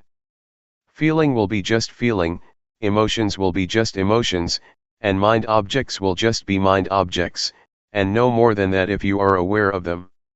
So stay firm, stay only with awareness, and do not push yourself too hard. Just feel free and do not be worried. If you cannot do it, if you cannot be aware of it, that is okay. Do not feel bad for yourself, do not feel regret, oh, I made a mistake. No, just forget it, just go ahead with your practice. Eventually you will realize the truth through awareness. With awareness the truth will reveal itself. The truth of feeling, the truth of mind, the truth of mind objects, and the truth of body will reveal themselves without your memorizing from texts. These truths cannot be memorized, but it is in your capacity to realize them. From my personal interview, all of you have already experienced what is in yourselves. You did not experience something in your imagination. What you explained to me during the past few days is what you have experienced. It is inside yourselves, it is useful. Do not discard it. If you know how to see it properly, it may not be mindfulness that you wish for, but it is still useful for you to use it, for you to understand it. So, just try to learn from it, and it will give you insight or wisdom. What we have experienced so far is not beyond the realm of body and mind. This is the physical body, and feelings, thoughts, and mind objects are in the realm of the mind. So you did not experience something out there. It is already in your body and mind. Try to make use of it skillfully. Luangpor Teean told me that the training of the mind is to see the mind, to look into it, not to seek for calmness of mind. Just see it, just be aware of it, and you will have proper mental training. Since your experience is not beyond body and mind, you do not experience something out there. You experience what is already in yourselves. So, just feel free, feel relaxed and know that you have done nothing wrong. But if you see the image of hell or heaven out there, if you smell odor out there, if you see a vision of angels or a deity out there, you are traversing the wrong path. Please come back. Just try to see, be aware of what is already in your body and mind. That is all. Do not look beyond that. What you have already done may be called meditation, observing the precepts, or earning merit. The meditation you practiced has already covered what I just mentioned. When you practice meditation here, your mind becomes normal, that is sila, or morality. It means normal, normal in conduct, normal in deeds. If you feel calm and peaceful, that is wholesomeness, or husala. If you know how to be free from your thoughts, that is wisdom. Even if you suffer because of them, as long as you learn from them, you have gained wisdom. It is knowledge. It is not necessarily negative. When you practice, you do not do anything harmful to yourself nor to anybody, which means you have already kept the precepts, observed morality. So, morality, concentration, wisdom, wholesomeness or merit, have already been developed from your practice. Please learn how to transform undesirable thoughts, and whatever suffering you may experience. Do not let thoughts make you suffer. Try to adjust your mind, Try to change it to be wholesome and happy. You have to learn by yourself to solve your own problems, and if you keep solving your problems, you will have what we call wisdom. You will learn that you are your own master, you will know that your own self is your refuge, and this is the ultimate truth that everybody should understand. There is no refuge other than oneself. Any questions? Question: whenever there is a thought, you suffer because you develop more thoughts. Thoughts that stem from intentional thoughts are okay, I think. For example, if during the practice, you have a thought and know that you cannot improve yourself based on it, then you come up with something of how you want to improve it. Answer: yes, if it is a skillful thought, it will lead to wisdom. We should learn from thoughts without suppressing them, that is what we call wisdom or insight. Wisdom can be obtained when body and mind are free of disturbance. Now, we are already here, and our bodies are far away from annoyance or disturbance. If our minds still think about this and that all the time, about sensual pleasure, about sensual happiness, the Buddha compared this situation to a log that is on the shore but is still wet. You cannot make fire with this wood. But if you are here, your body is in a place of solitude, and your mind is also calm and not engaged in sensual pleasure or distraction, you are like wood that has already dried and can be lit. This means that one will be able to be liberated because body and mind go together. The person who does not practice will keep thinking about the experiences of the past. But if we practice, our minds will be in order, they will keep knowing the present moment. And this mental attitude of knowing oneself, or knowing one's thoughts, will give the wisdom that the mind itself reveals, the truth that is manifested in mind. So, such practice will give rise to the wisdom that the Buddha suggested and praised. We are able to develop or attain a state of wholesomeness in the same manner that the Buddha did. We are able to abandon the unwholesomeness and the suffering that the Buddha was able to. What the Buddha attained is not something beyond our capacity. We can also achieve his compassion, his wisdom, and his purity. So, do not think that the Buddha's qualities are something out there. It is already in our capacity to develop them if we practice constantly.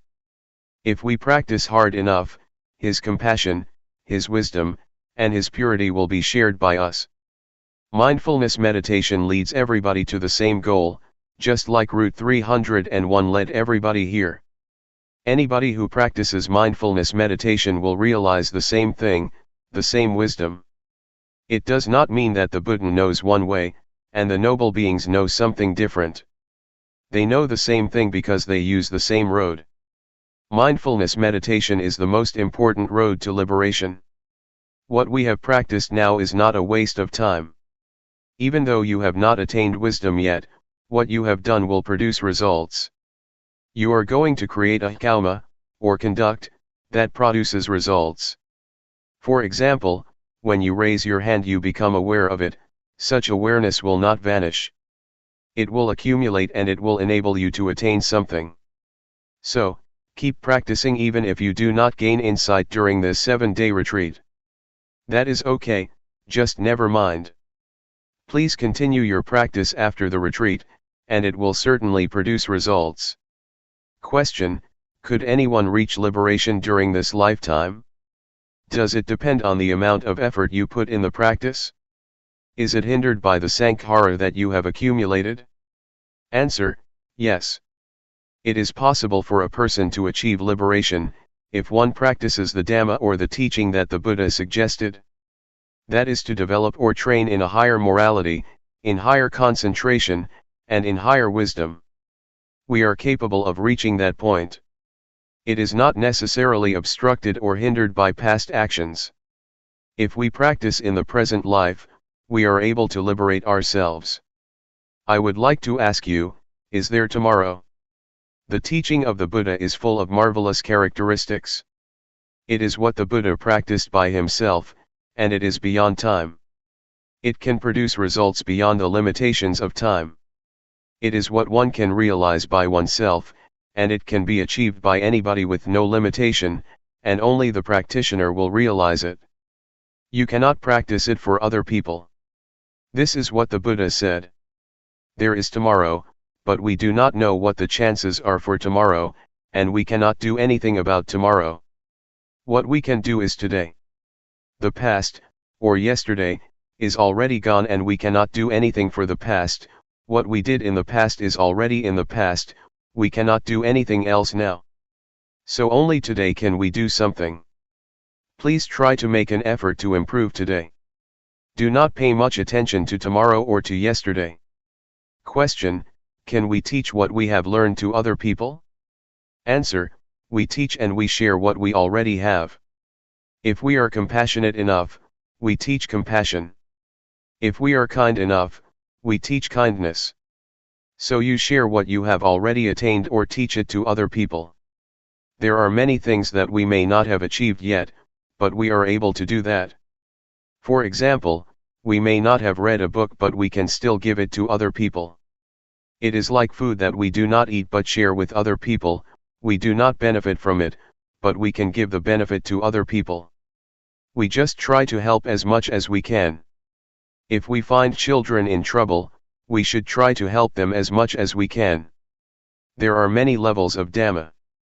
If you live your life according to the moral precepts, you do not harm anybody, you do not kill, you observe the 5 precepts, you have already attained some level of Dhamma. So you can teach if you behave properly. But for the higher levels of Dhamma, one has to attain some level of insight in order to teach other people, but in reality nobody can teach anyone, we can only teach ourselves. Question: I have a question on seeing thoughts. Over the years, I have been practicing, worrying over the quality of thoughts. Thoughts can be strong and there may be many thoughts coming. I am wondering, if, over time, as I keep practicing, will the nature of my thoughts change so they are not as strong, not as quick, or will you just see the thoughts and they will improve? Answer: yes. The unintentional thoughts or undesirable thoughts that cause suffering will change. Their nature will change if you keep looking at them, and at the same time you may be more adept at looking and seeing. Your capacity to look and the nature of thoughts will both change, and your unintentional thoughts will improve. Everything is subject to change, even hatred, greed, and delusion will change if there are sufficient factors to produce the change. It is the law of nature that everything is subject to change, because everything depends on various factors. Luangpor Teean once made an analogy of the state of enlightened mind. An enlightened mind will not hold on to or attach to sensual pleasure, or anything that causes suffering. You just let it pass, let go of it. But if you are an ordinary person, you just grasp this greed, hatred, or sensual pleasure. Even if this is the anger which causes suffering, we still grasp it, and we enjoy it, enjoy getting angry. So, this is the mind of general people who never practice, they cling to happiness and suffering. People do not turn away from suffering, they cling to it and do not let it go. I ran a summer camp. The small novices had a quarrel and wanted to fight with each other. I tried to keep them from kicking and striking each other, but they still wanted to punch each other. They wanted to preserve the anger, they clung to it and would not let it go. So, this is the state of ordinary minds, of ordinary people. When the eyes of the enlightened one make contact with a form, a visual object, to see is just to see, there is no clinging to the form or to the visual object, it just falls down and suffering cannot exist. There is no attachment to the eyes or to the mind. But for ordinary minds, once the contact has been made, they cling to the noise, to the object, and cannot let them go. In fact, Luangpor Teean compares it to clay. If you throw it at a wall and it sticks, it is like an ordinary mind, you cannot let it go. You just think about it over and over, and you become happy or suffer. But for the enlightened mind, it is like dried soil, you throw it and it never sticks to the wall but just falls down. You just see it but nothing happens. Question: is appreciation of beauty a judgment? Answer: that this is beautiful or this is ugly is just convention. The mind of the enlightened one is like the leaf of the lotus that cannot be stained by water, not even a drop. The enlightened beings live in the world but cannot be stained or polluted by the world. They do not cling to the world. They are beyond the world, but they live in the world. The lotus grows out of the dirty mud, but it will never be polluted or stained by the mud. It is very beautiful. This is the mind of the enlightened one. Question: why is happiness a suffering? Is it because it is unstable? Answer: if it is general happiness, it is suffering because it is subject to change. It is just convention. But supreme happiness, liberation, or enlightenment, is different. No happiness is greater than enlightenment. June 12, 1997. Foundations of Mindfulness.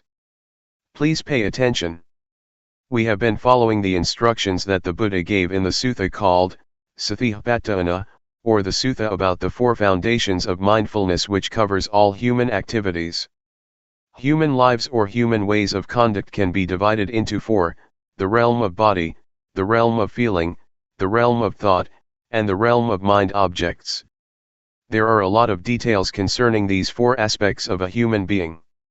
Our bodies have experienced a lot of things, we have felt a lot of feelings, encountered various kinds of thoughts, and faced a lot of mind objects or mental impressions.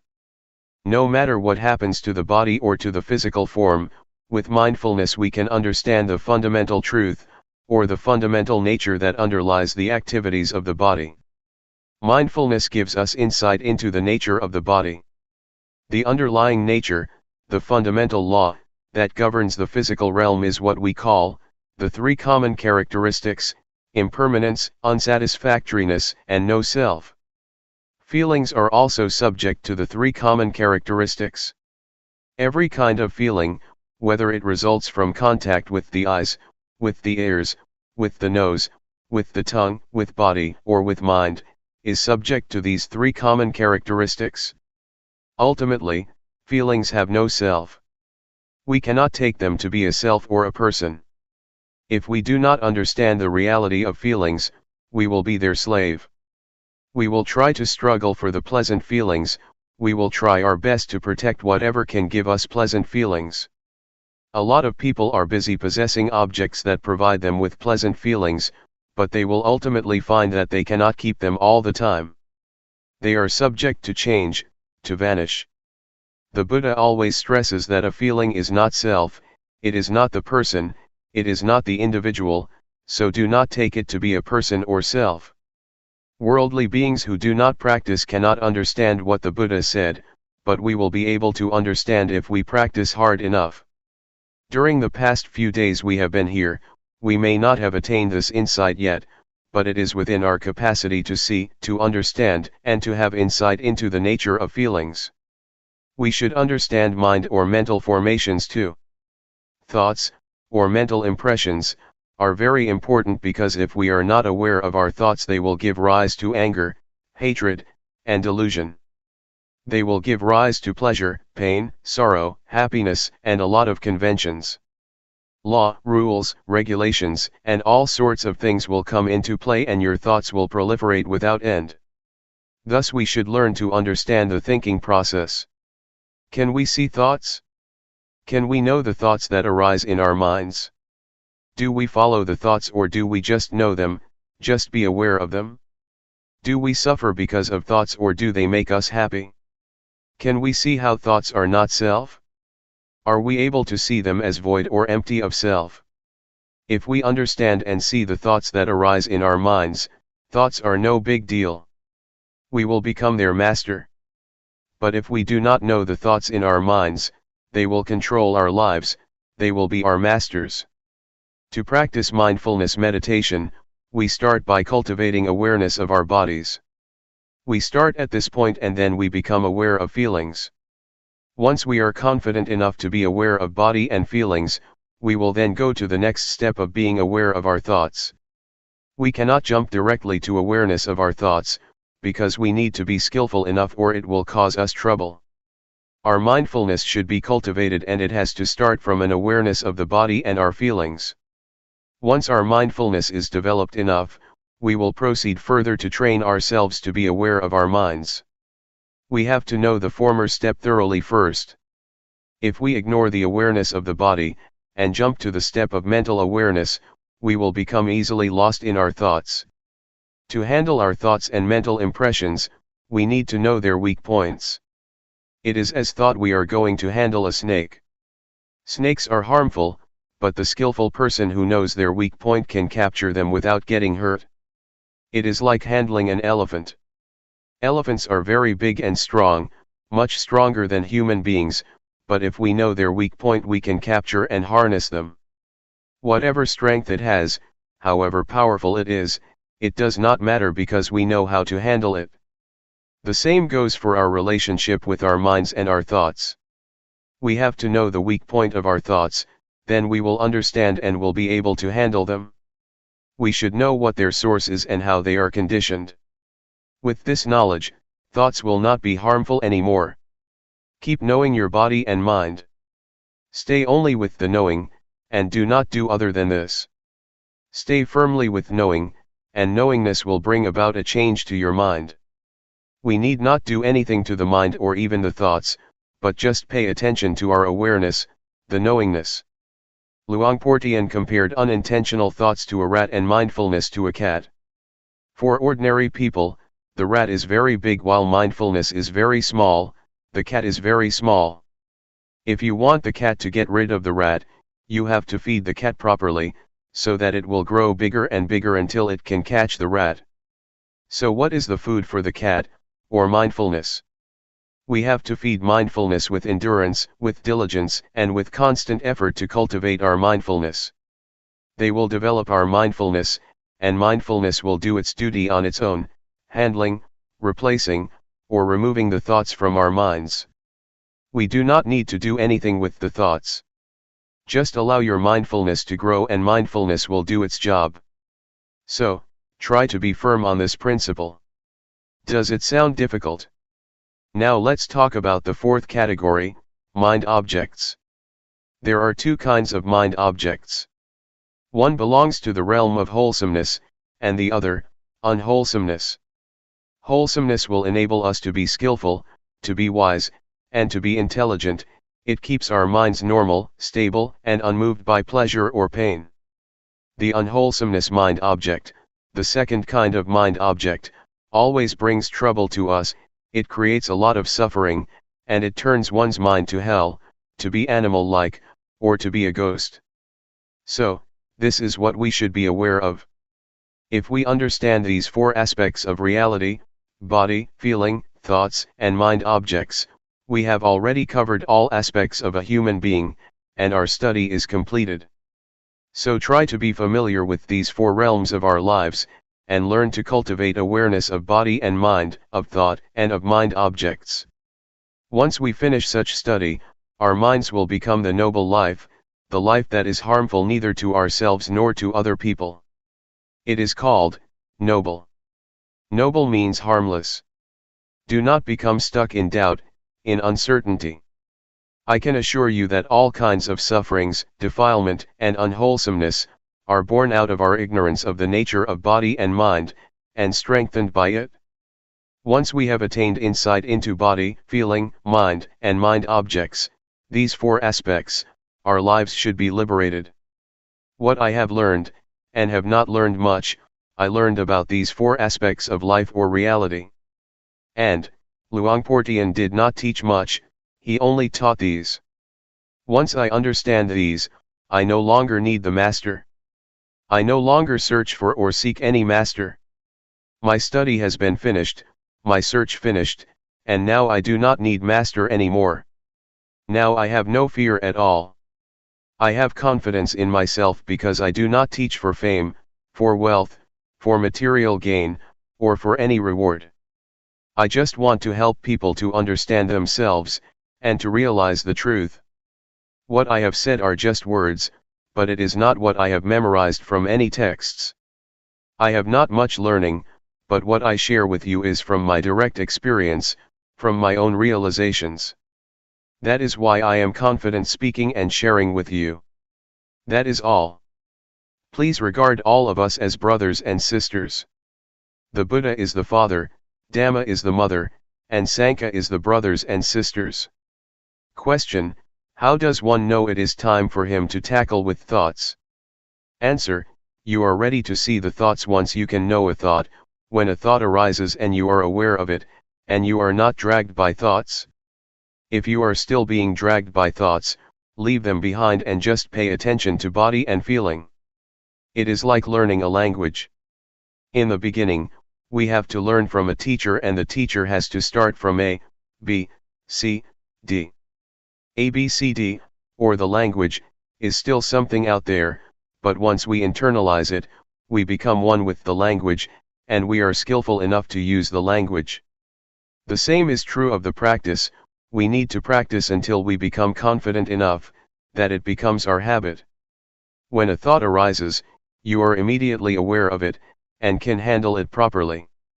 The more we are confident, the more we are able to handle or to control our minds. Finally, awareness will lead us out of suffering. If we still become lost in our thoughts and are still moved by them, still get happy or suffer because of them, it is not time yet. Anyway, for beginners, the first step of practice is not to keep knowing the thoughts. Please be aware of the body first. Once you are competent enough, it is okay to go ahead to the next step of mental awareness. Question: how do you get rid of drowsiness during the practice? Answer: it is natural to get drowsy. Everybody has to face this problem and overcome it. Otherwise, it will become an obstacle to the progress of meditation. Drowsiness is caused by the laziness of your mind. We should activate it. Try to give our mind a job to do. Pay attention to external things, so that it becomes activated again, or change your posture, or feel the vibration of your body. When I started the practice, I kept a bucket of water near me. When I felt drowsy, I used the water to wake me up. When it didn't work, I just put my head into the bucket to wake myself up. Do not close your eyes. Do not yawn, close your mouth and resist yawning. Make your movements stronger, smile, refresh yourself, and feel confident and courageous. Defeat it and subdue it. There are 5 hindrances that obstruct us from making progress in our spiritual activities. The first one is drowsiness, the second is restlessness or agitation, the third is doubt, the fourth is sensual desire, and the last is ill will or hatred.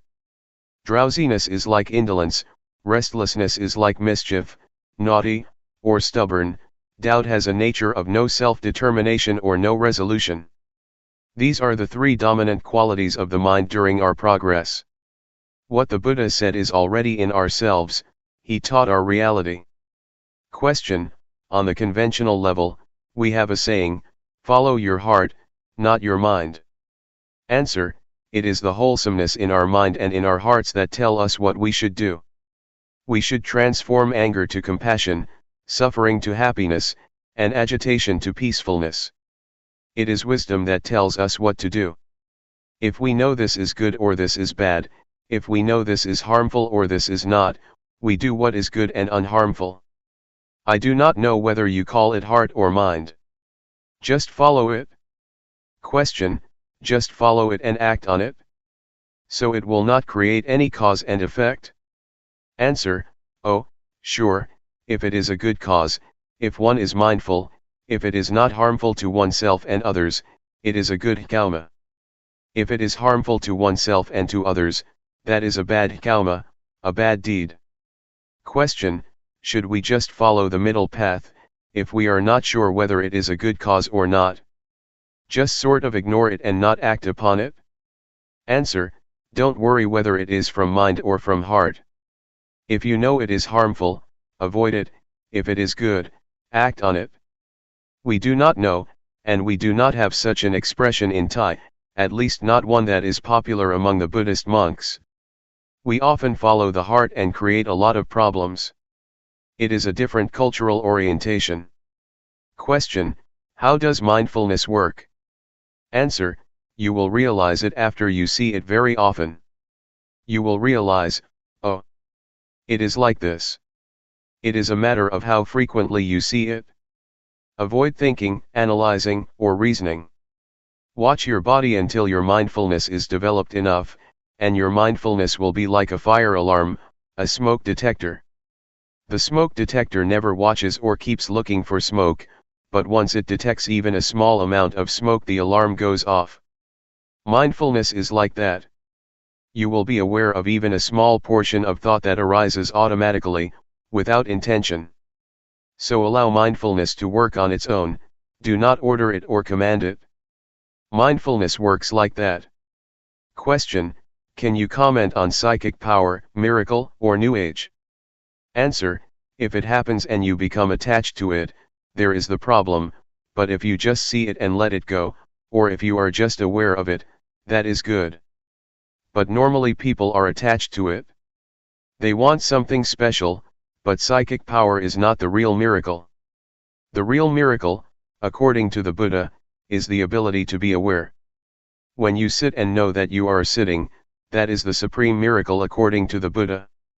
Psychic power is the result of concentration, not awareness. If you have strong concentration, then your mind becomes powerful. Monks or people who practice mindfulness meditation seldom attain this power, but it is a shortcut to enlightenment, because you are unlikely to be distracted by psychic power, so you go ahead. Otherwise, you see flowers, you see shopping centers, you make visits, and then progress is delayed, but the delay is enjoyable. As for New Age, do not pay attention to things out there. They are just technology. If you enjoy technology, such as computers, it may seem like progress to you and you may enjoy spending whole day with the computer. You are better in terms of power over technology, but you are not any wiser than other people. Technomania, the same mentality for those who are interested in psychic power in Buddhism, leads to suffering. June 13, 1997. Lifetime practice. We have already studied the sacred Buddhist texts, especially the text on the four foundations of mindfulness. We practice through our experience, which is in reality the sacred text that is already in ourselves. With our practice, we have investigated into the text which is the experience in ourselves. We have investigated or trained ourselves to be aware of body, feeling, mind, or thoughts, and mind objects, the key points in this sacred Buddhist text. How can we see them? We see these four phenomena through mindfulness. With mindfulness, we are able to understand the reality of these four aspects. We have to cultivate mindfulness or awareness in order to see these four aspects of reality, otherwise, we cannot have understanding. We cannot know body, feeling, thoughts, and mind objects with intellect, nor through reasoning or analytical mind. The only way is to realize, to experience ourselves, then the realization will arise. We have explored the realms of the body, feelings, mind, and mind objects. In fact, there are many details in the realms of body, feeling, thoughts, and mind objects. The more we practice, the more we experience the reality of these four realms, the more we are familiar with the sacred Buddhist text. Keep trying. Keep practicing, so that you will be familiar with awareness, and gain an understanding of the nature of body and mind, of the condition of body, and of the activities of body and mind. You will achieve insight into body and mind, and will have a thorough understanding of body and mind.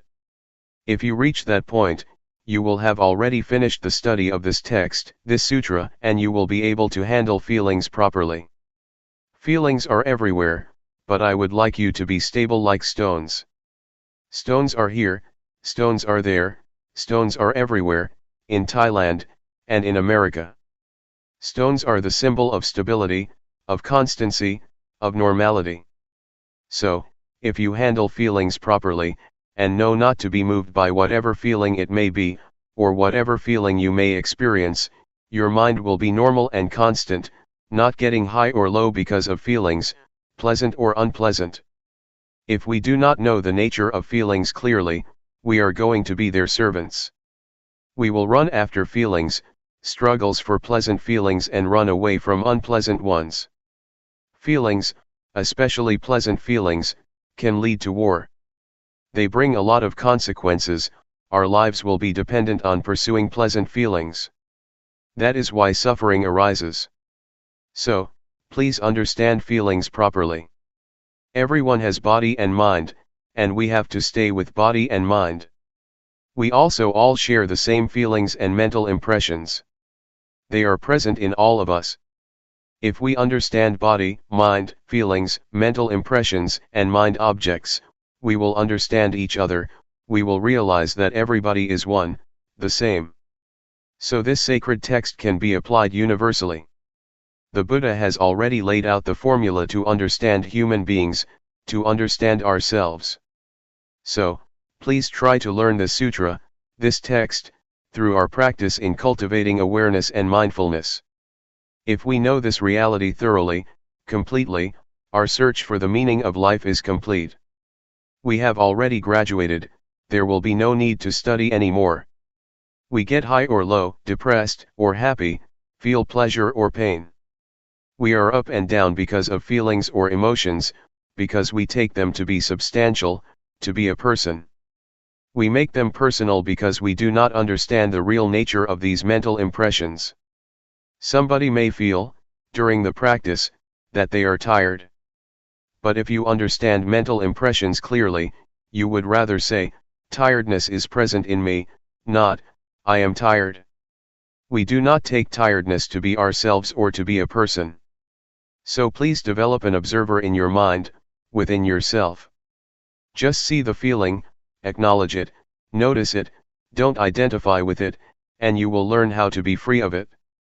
So, keep looking into yourself, keep observing, keep seeing, and you will be free, will see, will understand its real nature.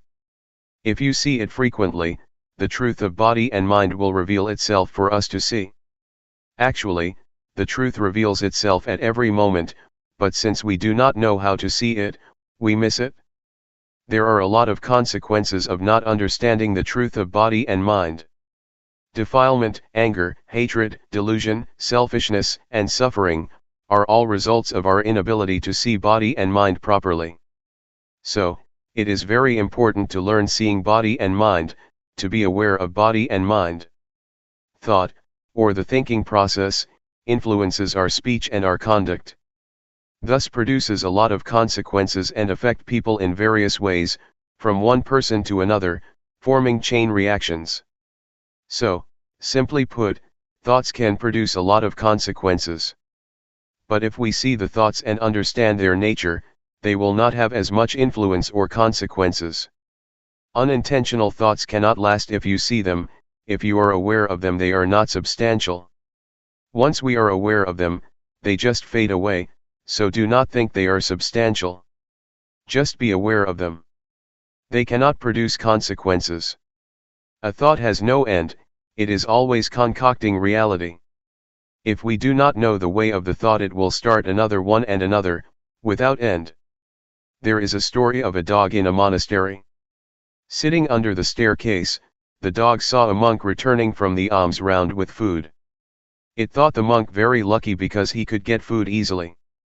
After finishing his breakfast, the monk gave the leftovers to the dog.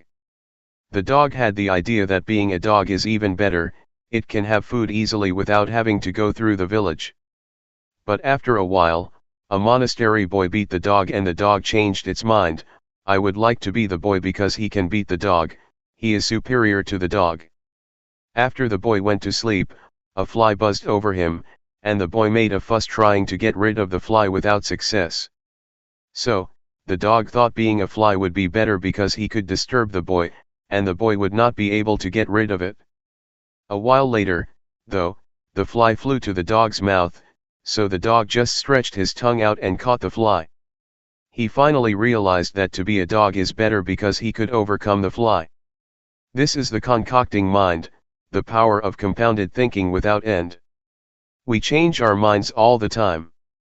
In a thought itself, there is truth, the truth of the thought, the cause of suffering as well as the cause of happiness, the truth of the way, the suffering and the way out of suffering, the truth of attachment and the truth of detachment. Thought is not a self, it is subject to condition. You have to understand that thoughts are created by conditional factors. They cannot exist alone.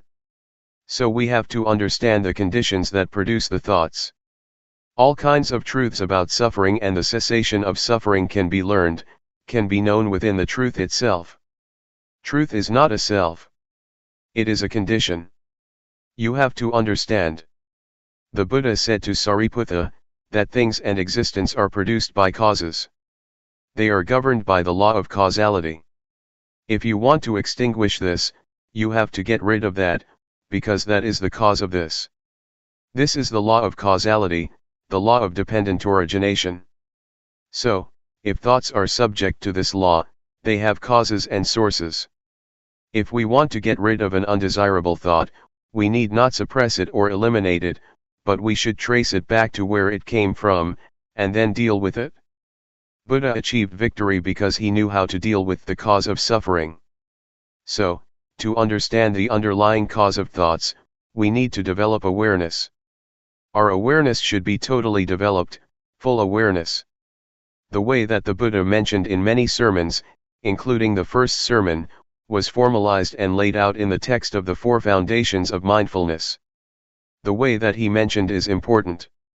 If you follow that way, you will learn how to realize the truth properly. The nature of all existence is subject to impermanence, unsatisfactoriness, and no self. If you do not understand this, you will get high in pleasant feelings, and get low in unpleasant feelings. Life cannot always be pleasant, you will sometimes suffer. Our minds are moved up and down. But if we know all objects, all feelings, and do not take them to be substantial, do not identify ourselves with them, they can neither harm us nor disturb our minds. This is what I would like to stress. The retreat is not over as long as we have breath or are alive. We need to practice as long as body and mind exist with us. As long as we still have feelings and emotions, we need to continue our practice. To give you an idea that we are not alone, anything happens to us, noise, voice, people, sight and sound, taste and smell, from surroundings, have involved our lives. We have to learn to deal with all sorts of things properly, so that we will not suffer. June 14, 1997. Buddhist meditation in a nutshell. I would like to talk about the problems of meditation. They are problems that we all share: drowsiness, pain, tiredness, and exhaustion. These problems are quite normal for the practitioner. We have all experienced the same kind of problems. The only duty we have is to be mindful in every moment and in every situation. Whether you are drowsy, tired, or feel pain, try to be mindful in that situation, meaning you are not disturbed by these problems. Do not regard them as obstacles, but take them as experiences that enrich your practice. Because skillful practitioners have to learn how to deal with various kinds of experiences. Do not try to find answers in the intellect or in your brain, or try to investigate into the thoughts, or make reasons for what you have experienced. Just feel. Just stay aware. The practice of awareness will bring you insight or wisdom. It is the wisdom that is not the result of intellect or rationalization, but of repeated practice. This kind of wisdom enables you to understand the nature of reality. And the practitioner who concentrates on this kind of practice, will obtain wisdom in return. This is what we call wisdom resulting from practice, not from intellect or from memorization. There are 4 kinds of objects that you should be aware of. The first is the body. The second is the feeling or sensation: coldness, heat, happiness, suffering. These are all in the realm of sensation. The third is thoughts, and the fourth kind of object is what we call mind objects. Mind objects mean the states of the mind or mental qualities. They include 5 hindrances: sensual desire, ill will, sloth, anxiety and doubt, and 7 factors of enlightenment: mindfulness, truth investigation, effort, zest, calmness, concentration and equanimity. Be it a wholesome or unwholesome object, just be aware of it. So train yourself to be aware of these 4 objects over and over. If you are not mindful, the body will bring you suffering and a lot of problems, feelings will create a lot of problems for you, as will thoughts and mind objects. So, it is crucial for us to be mindful with respect to body, feelings, mind, and the mind object. And this will give you insight. The more you are aware, the closer you are to insight. That is why we call this practice insight meditation, the meditation that brings you insight.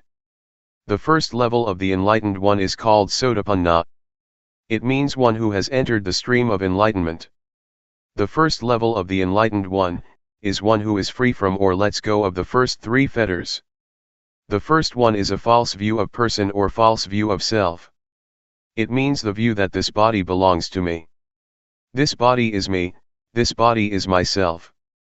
You take this body as me or mine, or take me as being in the body, or take body as being in myself.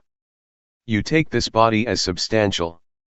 But, if you attain insight into body and mind from this method of meditation, you can liberate yourself from this false view of self.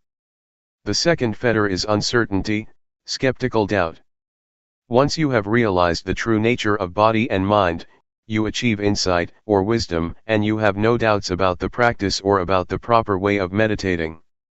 The third fetter is attachment to form, to rituals, to legalities, or to the rules. This practice is good, is correct, that practice is not good, not correct. This rule is okay, that rule is not okay. This etiquette is good, that etiquette is bad. These are what we call attachment to the rules and rituals. If we see the true nature of all things clearly and achieve insight of the true nature of all things, we will be able to go beyond this concept of right or wrong. The objective of insight meditation is not to gain psychic power of telepathy, to penetrate anyone's mind, to fly in the air, or to go underground. Those are not the objects of meditation. The objective of Buddhist meditation is to have total awareness of body, of feelings, of mind, and of mind objects. Such awareness will give rise to insight. The first step of insight is the insight into body and mind.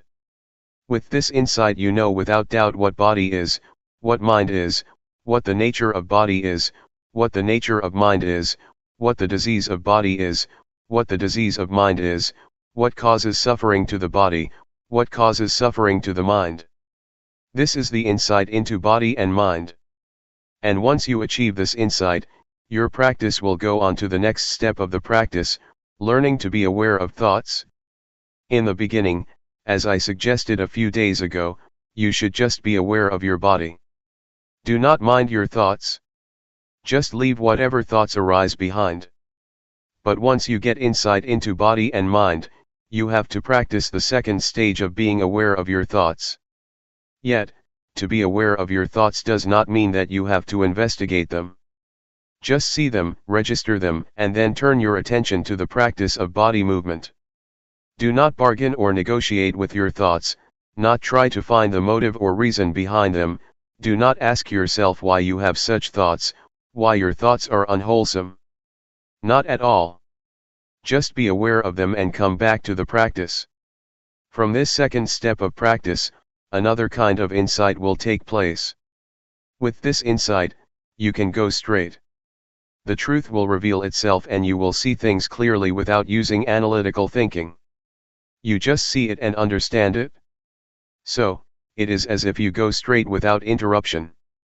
Once you achieve a certain kind of insight, you will be able to look back and see what you have already passed. I would compare it with my walk here from the pond. I just go straight from the pond to this hall, and when I turn back I can clearly see everything that I have passed. This is the state of the mind that gets you insight. Is it difficult to understand? This practice which develops mindfulness, is the practice that includes all kinds of training.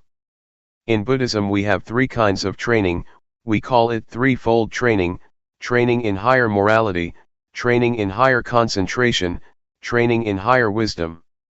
With this practice you will go through the threefold training because with mindfulness you observe morality, mindfulness also gives rise to concentration, and later wisdom arises from the practice. Once you achieve the insight that I mentioned, you will have no doubts about evil or goodness, and you will have no doubt about religion, what Buddhism is. You will have no doubts because it is clear to you, and there is no need to ask yourself what you have achieved. It is as if you take breakfast or lunch. Once you are full, you know you are full. You do not need more food. It is a realization nobody needs to confirm for you.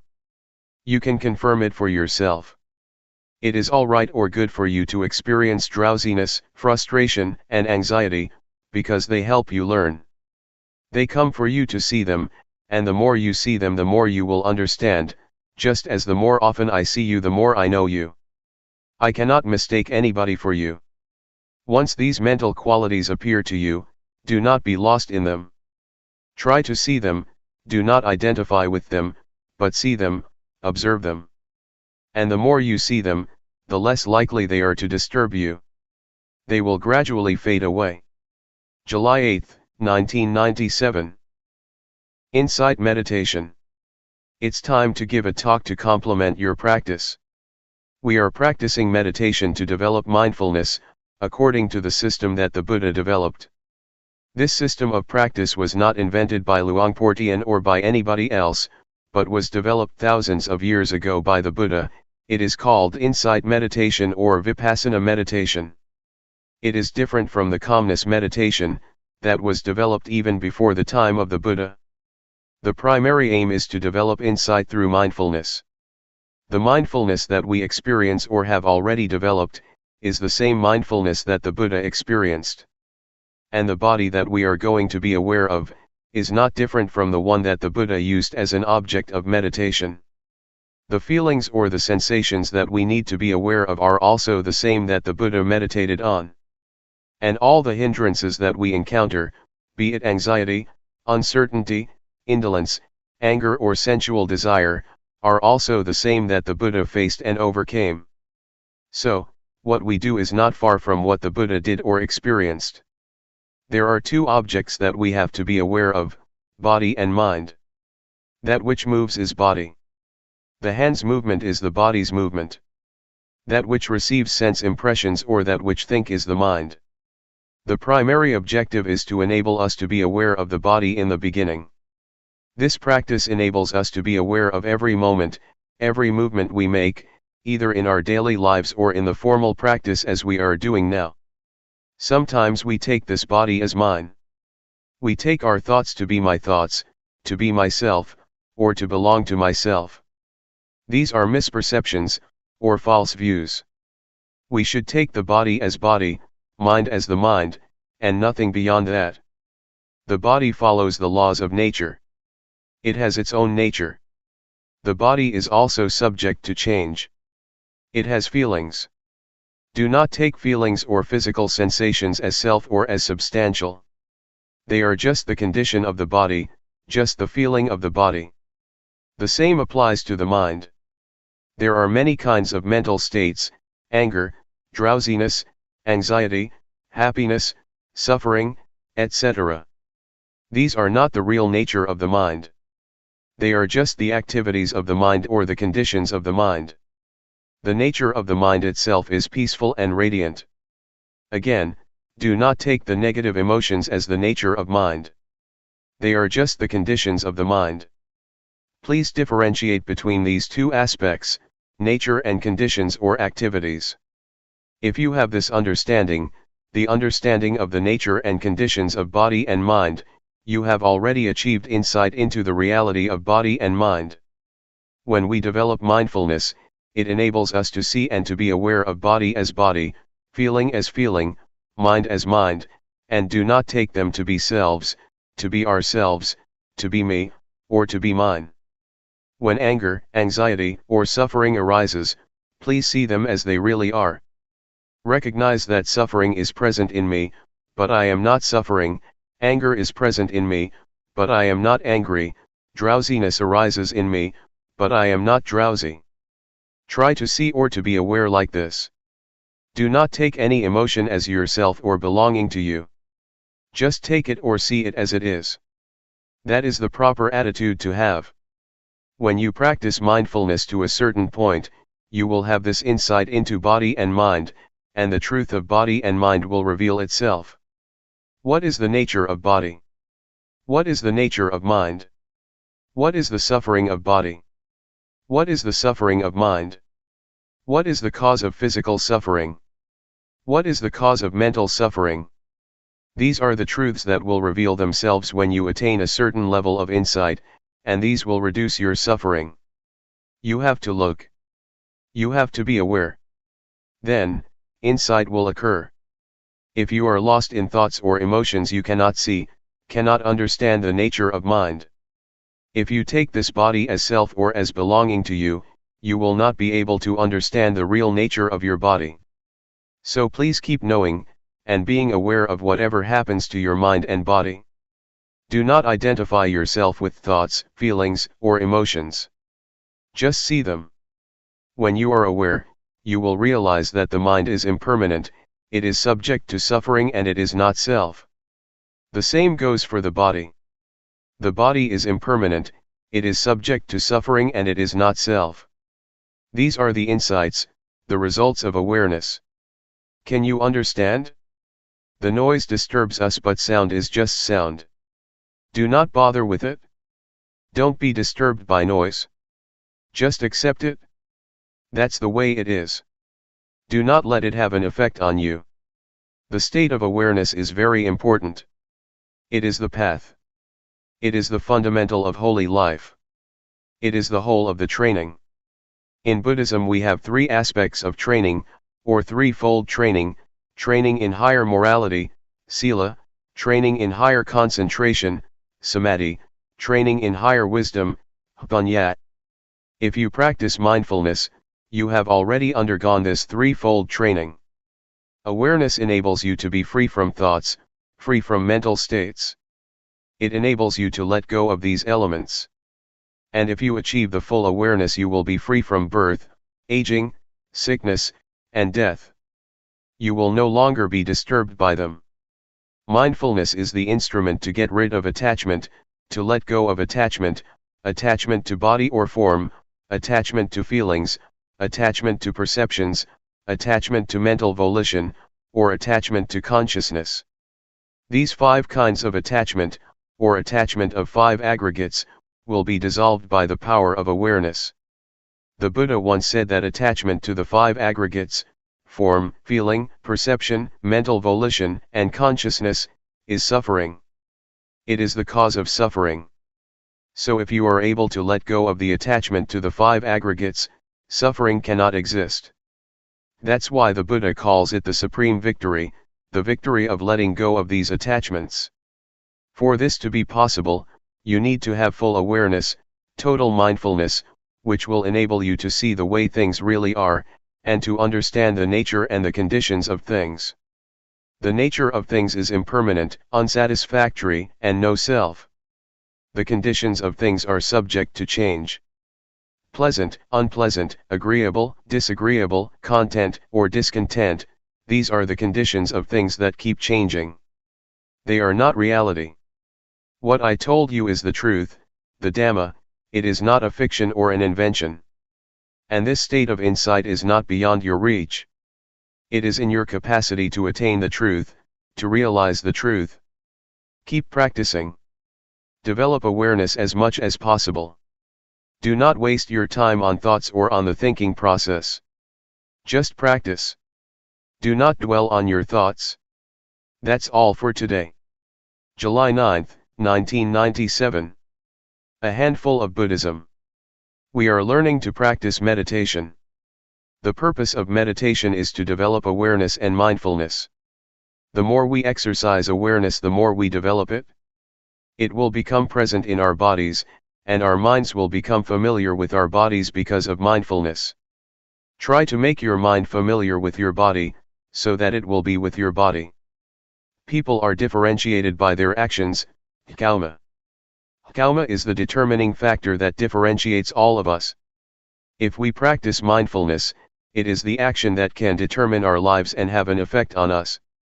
Keep practicing mindfulness. If we practice enough and properly, it already includes the training in higher morality, the training in higher concentration, and the training in higher wisdom, or what we call, the threefold training. There are many things that keep us from being aware, and keep us from knowing. There are sensations, or feelings. If we are caught up in feelings, our mind is turned from ourselves or from the body, and we do not experience awareness. Unintentional thoughts also keep us from being aware. Be they good thoughts or bad thoughts, if we are distracted by them, awareness disappears and we cannot create the desirable karma of practicing awareness. So try to turn your mind away from those feelings and thoughts. Do not become distracted or disturbed by them. If you become aware and keep knowing your body, you will realize later that the unintentional thoughts are like the garbage. They are undesirable and we are no longer tempted by them as before. We do not refuse or reject feelings or thoughts, but we are not to be caught up in any of them. Mindfulness enables us to be aware of these feelings and thoughts, and mindfulness enables us to bring the mind back to the body's movement. We keep knowing, keep being aware, and keep returning our attention to our bodies, rather than being lost in our feelings, emotions, or thoughts. These will give rise to insight. We will see clearly that the unintentional thoughts are garbage that cannot trick us anymore. Formerly we may have enjoyed thinking the thoughts, falling into them, getting caught up in them. But once we see them as garbage, we feel ashamed of ourselves, and we no longer want to bother with them. This is the insight that you can achieve from thoughts themselves. They give you this lesson. When thoughts arise, just be aware of them. And I myself, as I told you yesterday, have been caught up in thoughts for many years, never aware of how they determined my life. But one day I was suddenly aware, I suddenly understood. I suddenly bumped into a thought, saw it face to face, and finally overcame it. My thoughts could not tempt me or trick me anymore. This was the decisive victory. Before that, I was the slave of my thoughts which concocted greed, hatred, and delusion. With thoughts, greed, hatred, and delusion arise. A lot of thoughts become the consequence of those defilements. Once I understood and saw the thought clearly, I became its master. The thoughts cannot be my master anymore. This is the insight, the result of accumulated awareness. The four categories, body, feelings, mind or thoughts, and mind objects, keep coming into our lives. We experience all of them. During practice, they keep coming, keep arising, and keep disturbing our minds. We do not know how to deal with them because we do not have enough mindfulness. But if our mindfulness is strong enough, they just come for us to learn and see their nature clearly, to see that they are temporary states of mind. There are two kinds of nature, the nature of body and mind, and the conditional state of body and mind. These are the two aspects of body and mind that we can realize, that we can understand. Later we can see where thoughts come from. Where are they? What is their source or origin? What is their stronghold? We can know it all. We will also be able to know the three characteristics, impermanence, unsatisfactoriness, and no self. We will know what they are, and we see everything in terms of them. This insight is possible because of the mindfulness that we keep developing. Everything that we experience can be put into two realms, body and mind. It is all related to these two realms, body and mind, and no more than that. When we are aware of the body and mind, we can see the two aspects that I mentioned earlier, the true nature of body and mind, and the conditional or the temporary state of body and mind. For example, feelings, whatever they are, heat or cold, pleasure or pain, happiness or suffering, these are not the true nature of body and mind. They are just the temporary states or conditions that keep changing. This reality or insight will reveal itself. These are the insights that keep coming to the mind. Be attentive to your practice. Do not bother with the practice of other people, looking to see how they practice, or how long they practice, or how well they practice. Don't worry about whether you yourself are practicing rightly or wrongly. Just keep knowing. Just maintain awareness. Just stay mindful. All your problems will be solved on their own.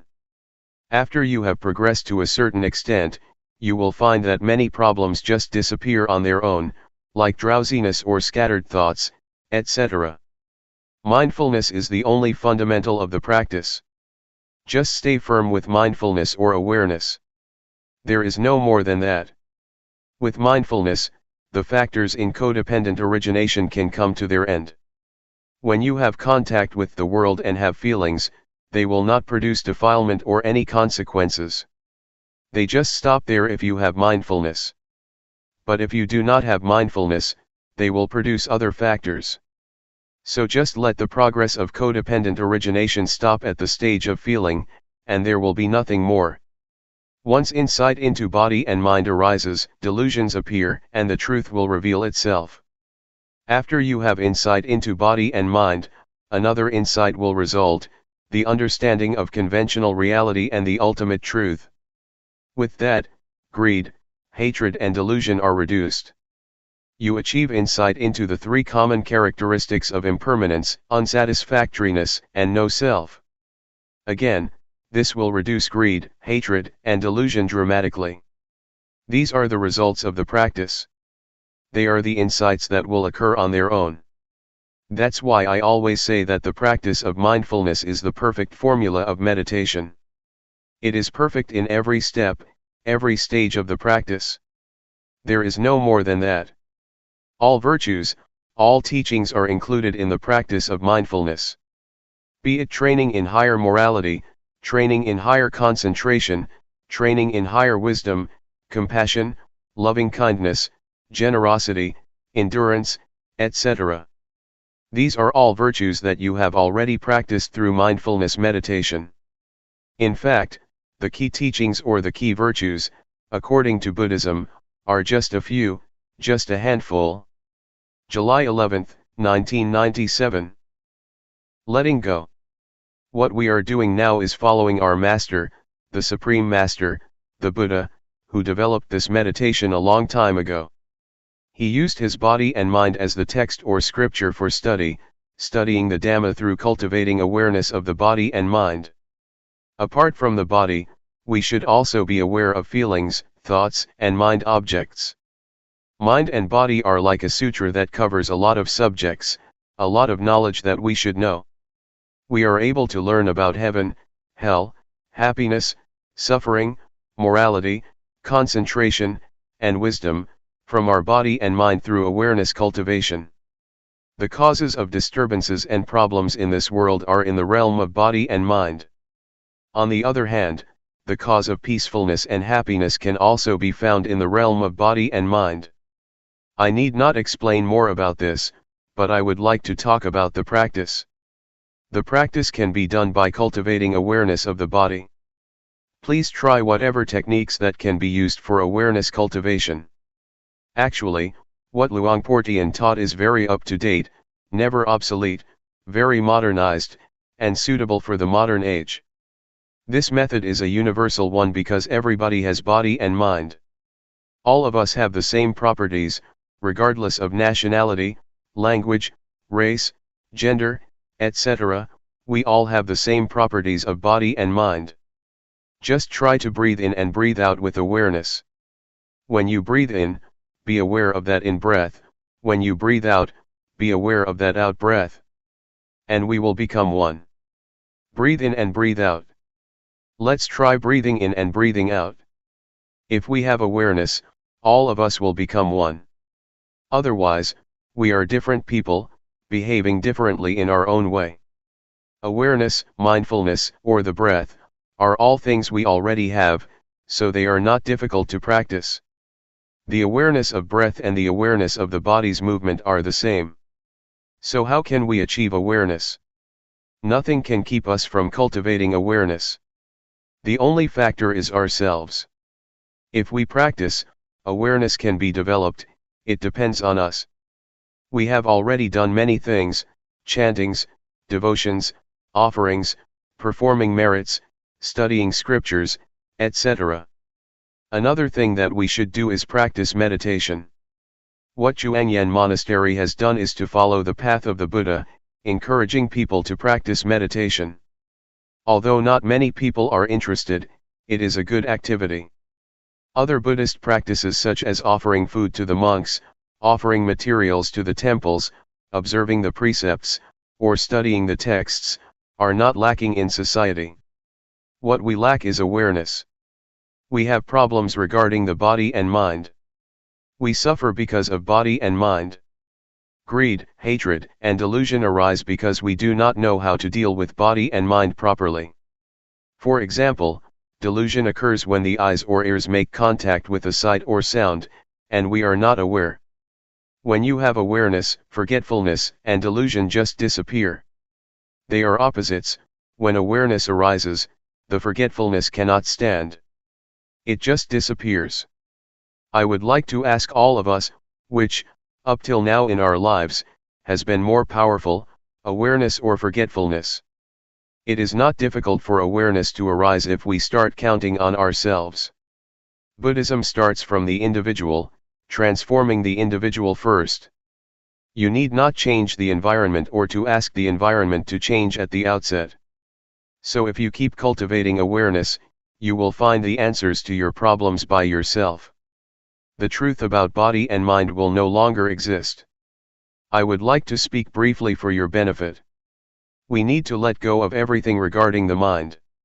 Regarding the body, we should learn how to reduce physical suffering and treat it properly. In other words, mental suffering can be reduced by letting go, but physical or bodily suffering has to be reduced by treatment. For instance, when it is hot you have to stay in the shelter and so on, because it is the physical suffering, but if it is mental suffering, you have to let it go. I would just like to encourage you to practice. This temple is a suitable place for teaching and practicing meditation. I like this place very much. We can practice or walk without mosquitoes. In my temple in Thailand, when I moved hand, I have to keep the mosquitoes away, but here it's very easy. So it is a suitable place that provides a good environment for practice. I do not know whether you benefit from this place or not, but I myself benefit a lot. My health is much better and I also have good ideas.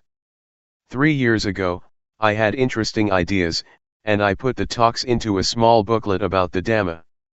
Since my talk has to be translated, it can't be continual because I have to pause for the translation. So I only say about 50% of what I would like to. If I were to speak in my dialect I could continue my talk more easily, but that's okay, do not take it seriously.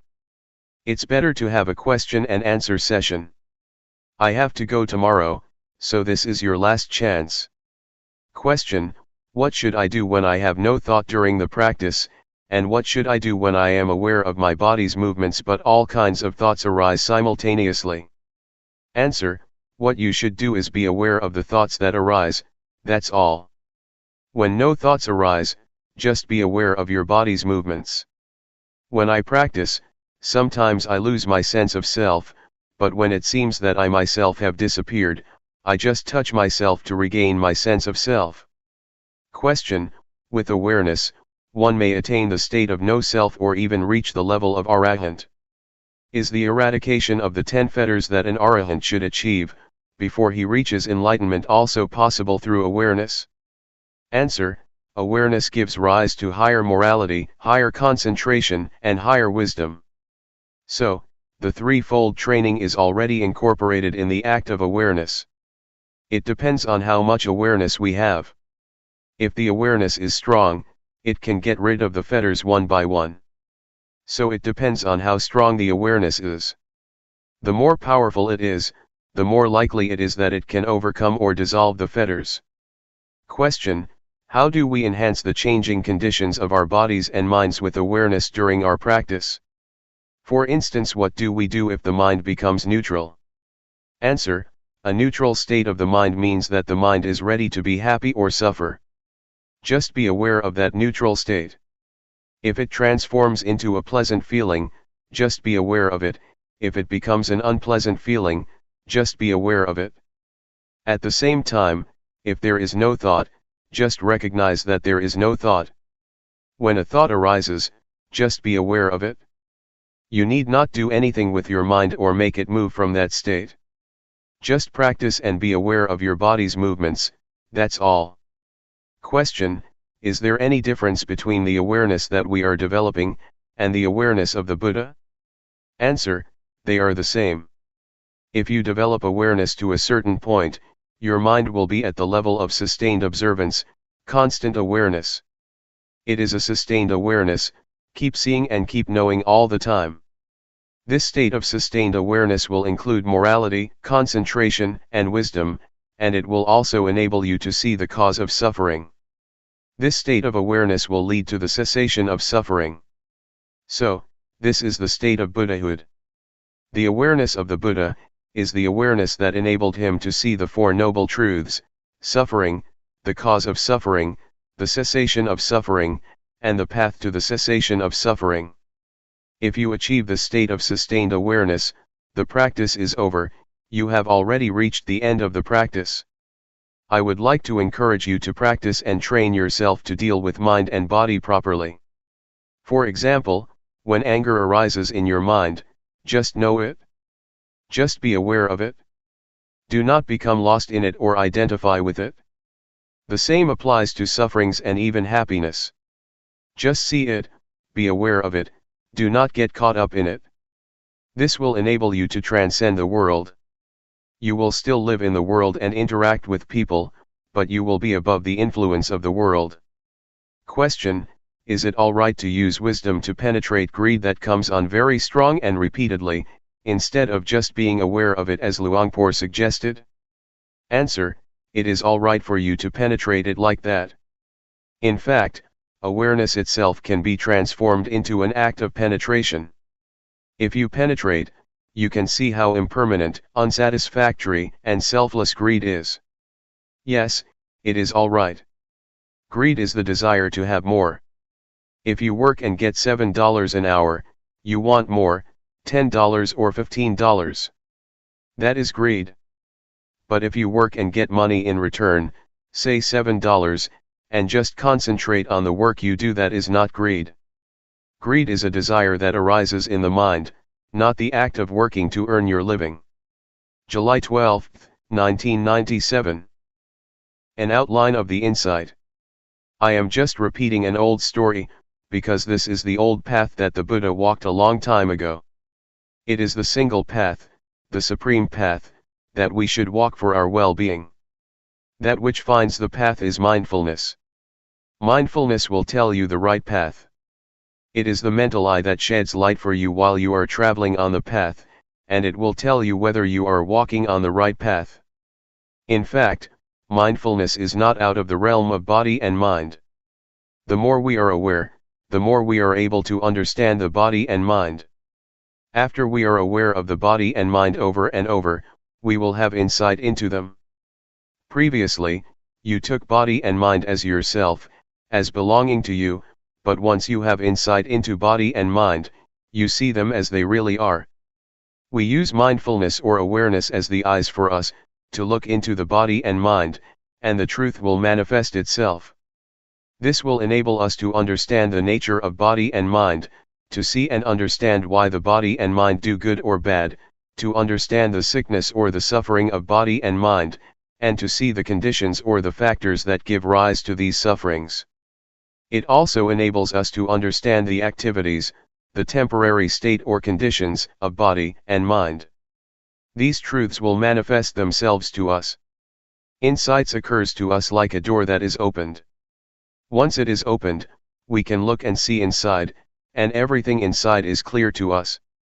So, when we have insight into body and mind, the truth of body and mind will be apparent.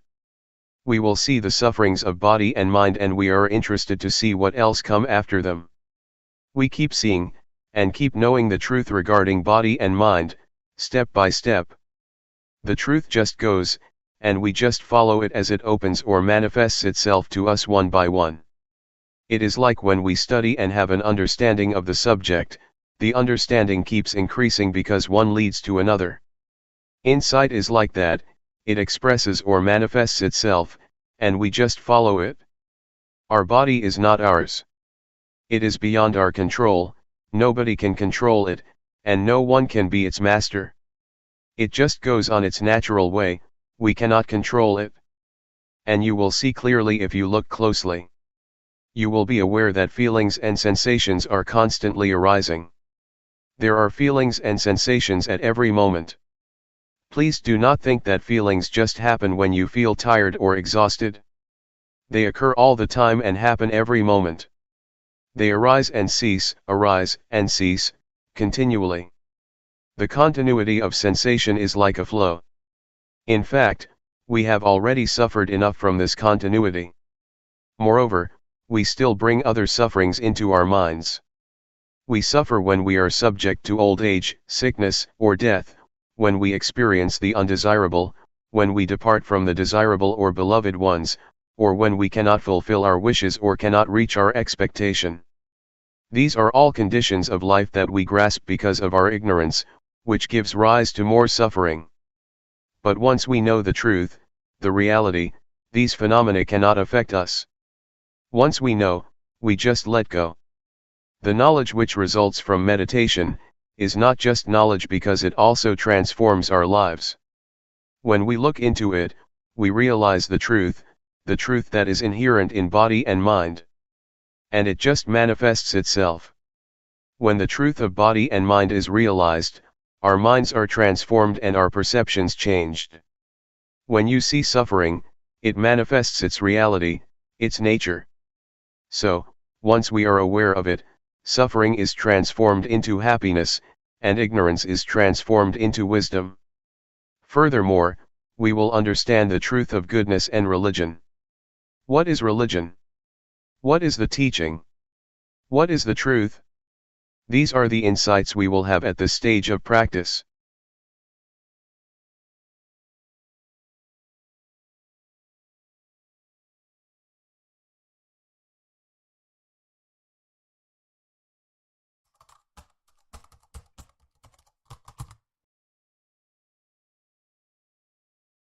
May all beings be at ease. Whatever living beings there may be, whether they are weak or strong, omitting none, the great or the mighty, medium, short or small, the seen and the unseen, those living near and far away, those born and to be born. May all beings be at ease.